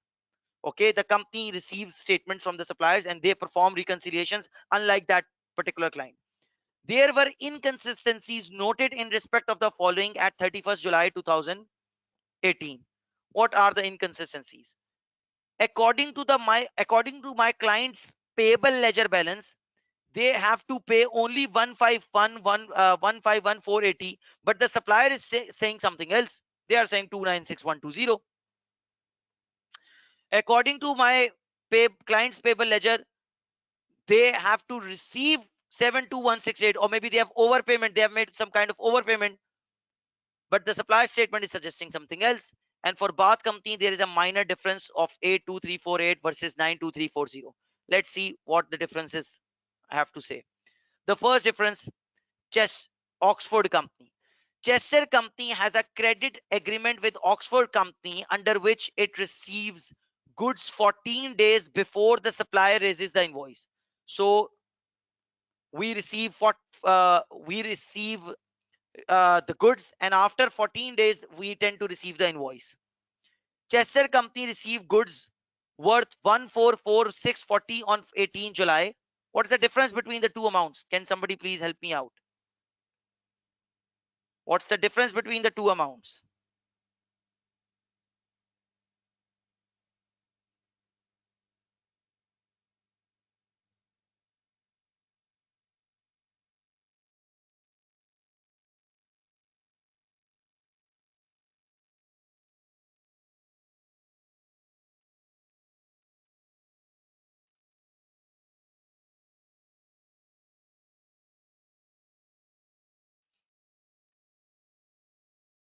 Yes, you are right. The amount is same. Okay, fine. Then what? Chester Company received goods 144,640 on 18 July. What's the year end? What's the year end? 31st July. Okay, okay, fine. It means I received the goods on 18 July, but I haven't received the invoice as yet, right? That's why I haven't recognized the payable ledger. I have recognized the amount in the payable ledger, but the supplier has definitely recognized the amount, and maybe they have issued the invoice. Chester Company received goods worth 144,640 on 18 July, for which the invoice was received shortly after the year end. In accordance with the agreement, Chester Company entered the transaction into its accounting records at the date of invoice. That's wrong. The client should have recognized an accrual, if not the liability, because they did receive the goods, right? So once you have received the goods, you are supposed to recognize as a liability. You are not going to wait for the invoice. Okay, I don't know what the question has to say about it. Let's see, read the second story. The difference on this balance has is still need to be investigated. So this huge difference needs to be investigated. We don't know anything about it. What's the last thing? Chester Company's finance director has informed you that there were an error closing the payable ledger, and it was closed 3 days early. So they close the payable ledger 3 days early. That is why their payables would be understated. And the invoices received on 29, 30, and 31st July were posted to the next year ledger. This is wrong. This is a cut-off mistake. The director of Chester Company had confirmed that following the discovery of this error, once the client discovered, they made a manual adjustment. Maybe their manual adjustment was not spot on. Okay, that was the question. Now let's start the questions. Let's see what the examiner is asking from us. Which of the following supplier balances would indicate a high risk in relation to the completeness of the liability recorded at the year end? Read the options. Completeness of liability at high risk. What does completeness of liability means?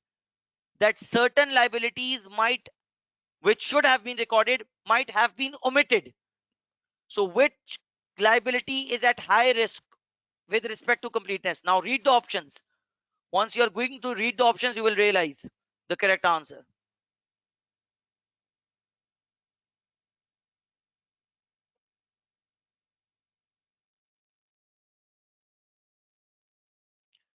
All of you are absolutely right. B is the correct answer. Why is that? Because a supplier with a low balance at the year end, although the number of transactions were so high, that seems to be unusual. So there is a possibility that certain liabilities which should have been recorded have been missed out. So that's it. Option B. Well done. We are done with 2 marks. Let's go. Which of the following would correctly explain why the payables payment period has increased from 45 to 66 in 2018? Yes, the payable payment have gone up. Read the required options, then you will understand which is the correct answer. Chester Company received a prompt payment discount. If the company received a prompt payment discount, they would have made the payment. If they would have made the payment, year-end payables would have fallen. If the year-end payables would have fallen, the payable days would have decreased rather than increased. So I'm not interested in option number one. Option number one is a false statement.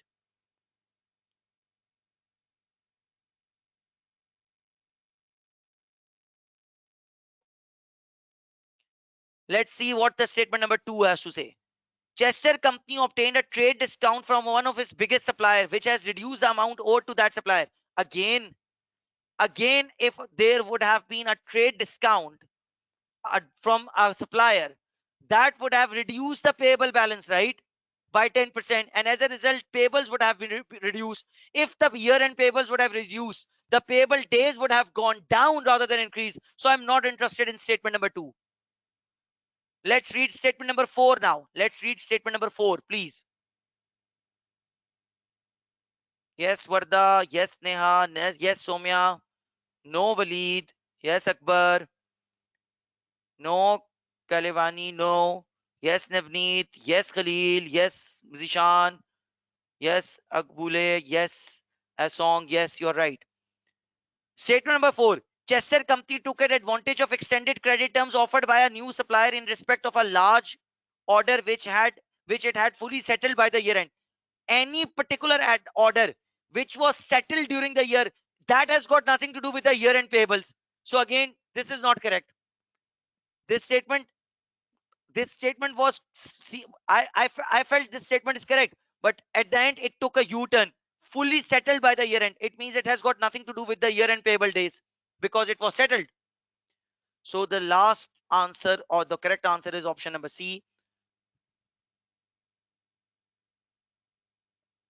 Chester company purchased unusually high level of goods in July 2018 to satisfy a large order and had not paid for those goods by the year end. So because of that large order, the year end payables would have gone up. And because this is not settled as the till the year end, the payable days have gone up. Is this clear? Is this clear? Let's go to question number 98. Which of the following is an appropriate action in respect of the inconsistency in the balance with Oxford company? I don't remember what was Oxford company. Yes, Oxford company had that 144640 issue. So what the question saying? Which of the following would correctly explain why the sorry. Which of the following is an appropriate action? What action should the audit firm take now? Read the options now. What should you do? As an auditor, what should be your stance? What should be your reaction? Even if when I was reading the question, I expressed my stance. The client did something wrong. They received the goods before the year end. They did not recognize as a liability. They did not recognize it as an accrual, because they are saying we haven't received the invoice. Oh God, if you haven't received the invoice, at least recognize an accrual. So what is the correct answer? Absolutely right. Option number D. The accrual should be created in respect of the goods which you have received, even though they have not been invoiced. If the invoice would have been received, they should have been recognized as a payable. Second last question. Which of the following would be a valid explanation for the difference in respect of pool company? What the pool difference had a difference? I forgot. Oh, that needs to be investigated. That needs to be investigated. Very strange. There is a negative balance, there is a positive balance. What could be the valid explanation? Take your time.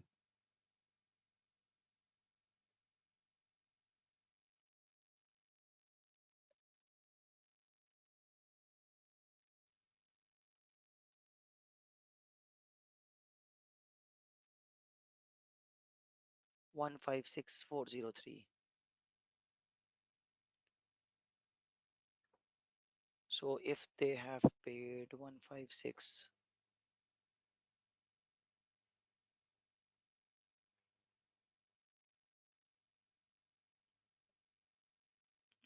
yes. Yes, the answer is option number 1, not 2, not 3. Yes, paid twice. And as a result, the difference between the client and the supplier statement is because the invoice of 156403 have been paid to it. Now it's a liability on you. Well done. Last question. We are running out of time. I'm receiving few messages. Which of the following would not provide sufficient appropriate evidence over the completeness of trade payable ledger balance of the bath company?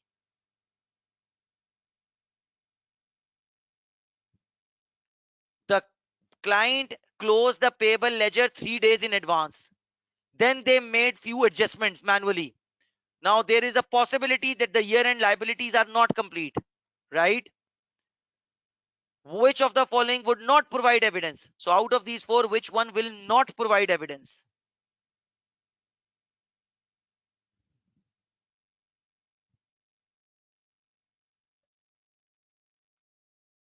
See, in the statement number 2, you are checking whether the goods have been recorded in the correct period.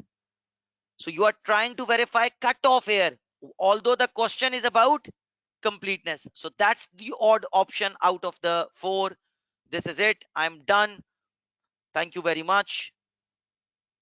Tomorrow, if you are going to attend tomorrow's webinar, I believe your 100% syllabus will be covered. See, those students which unfortunately they end up failing the exam are the ones, those have got low or zero grip or poor grip on the ethics, poor grip on corporate governance, internal audit, those minor areas, going concern. I will try to make sure that everything is covered by the end of tomorrow's session. So please, see you tomorrow with more energy, more participation, more questions. Feel free to contact. Feel free to use chat box or question section. Thank you very much. See you tomorrow. Thank you, thank you, thank you. Most welcome. See you tomorrow.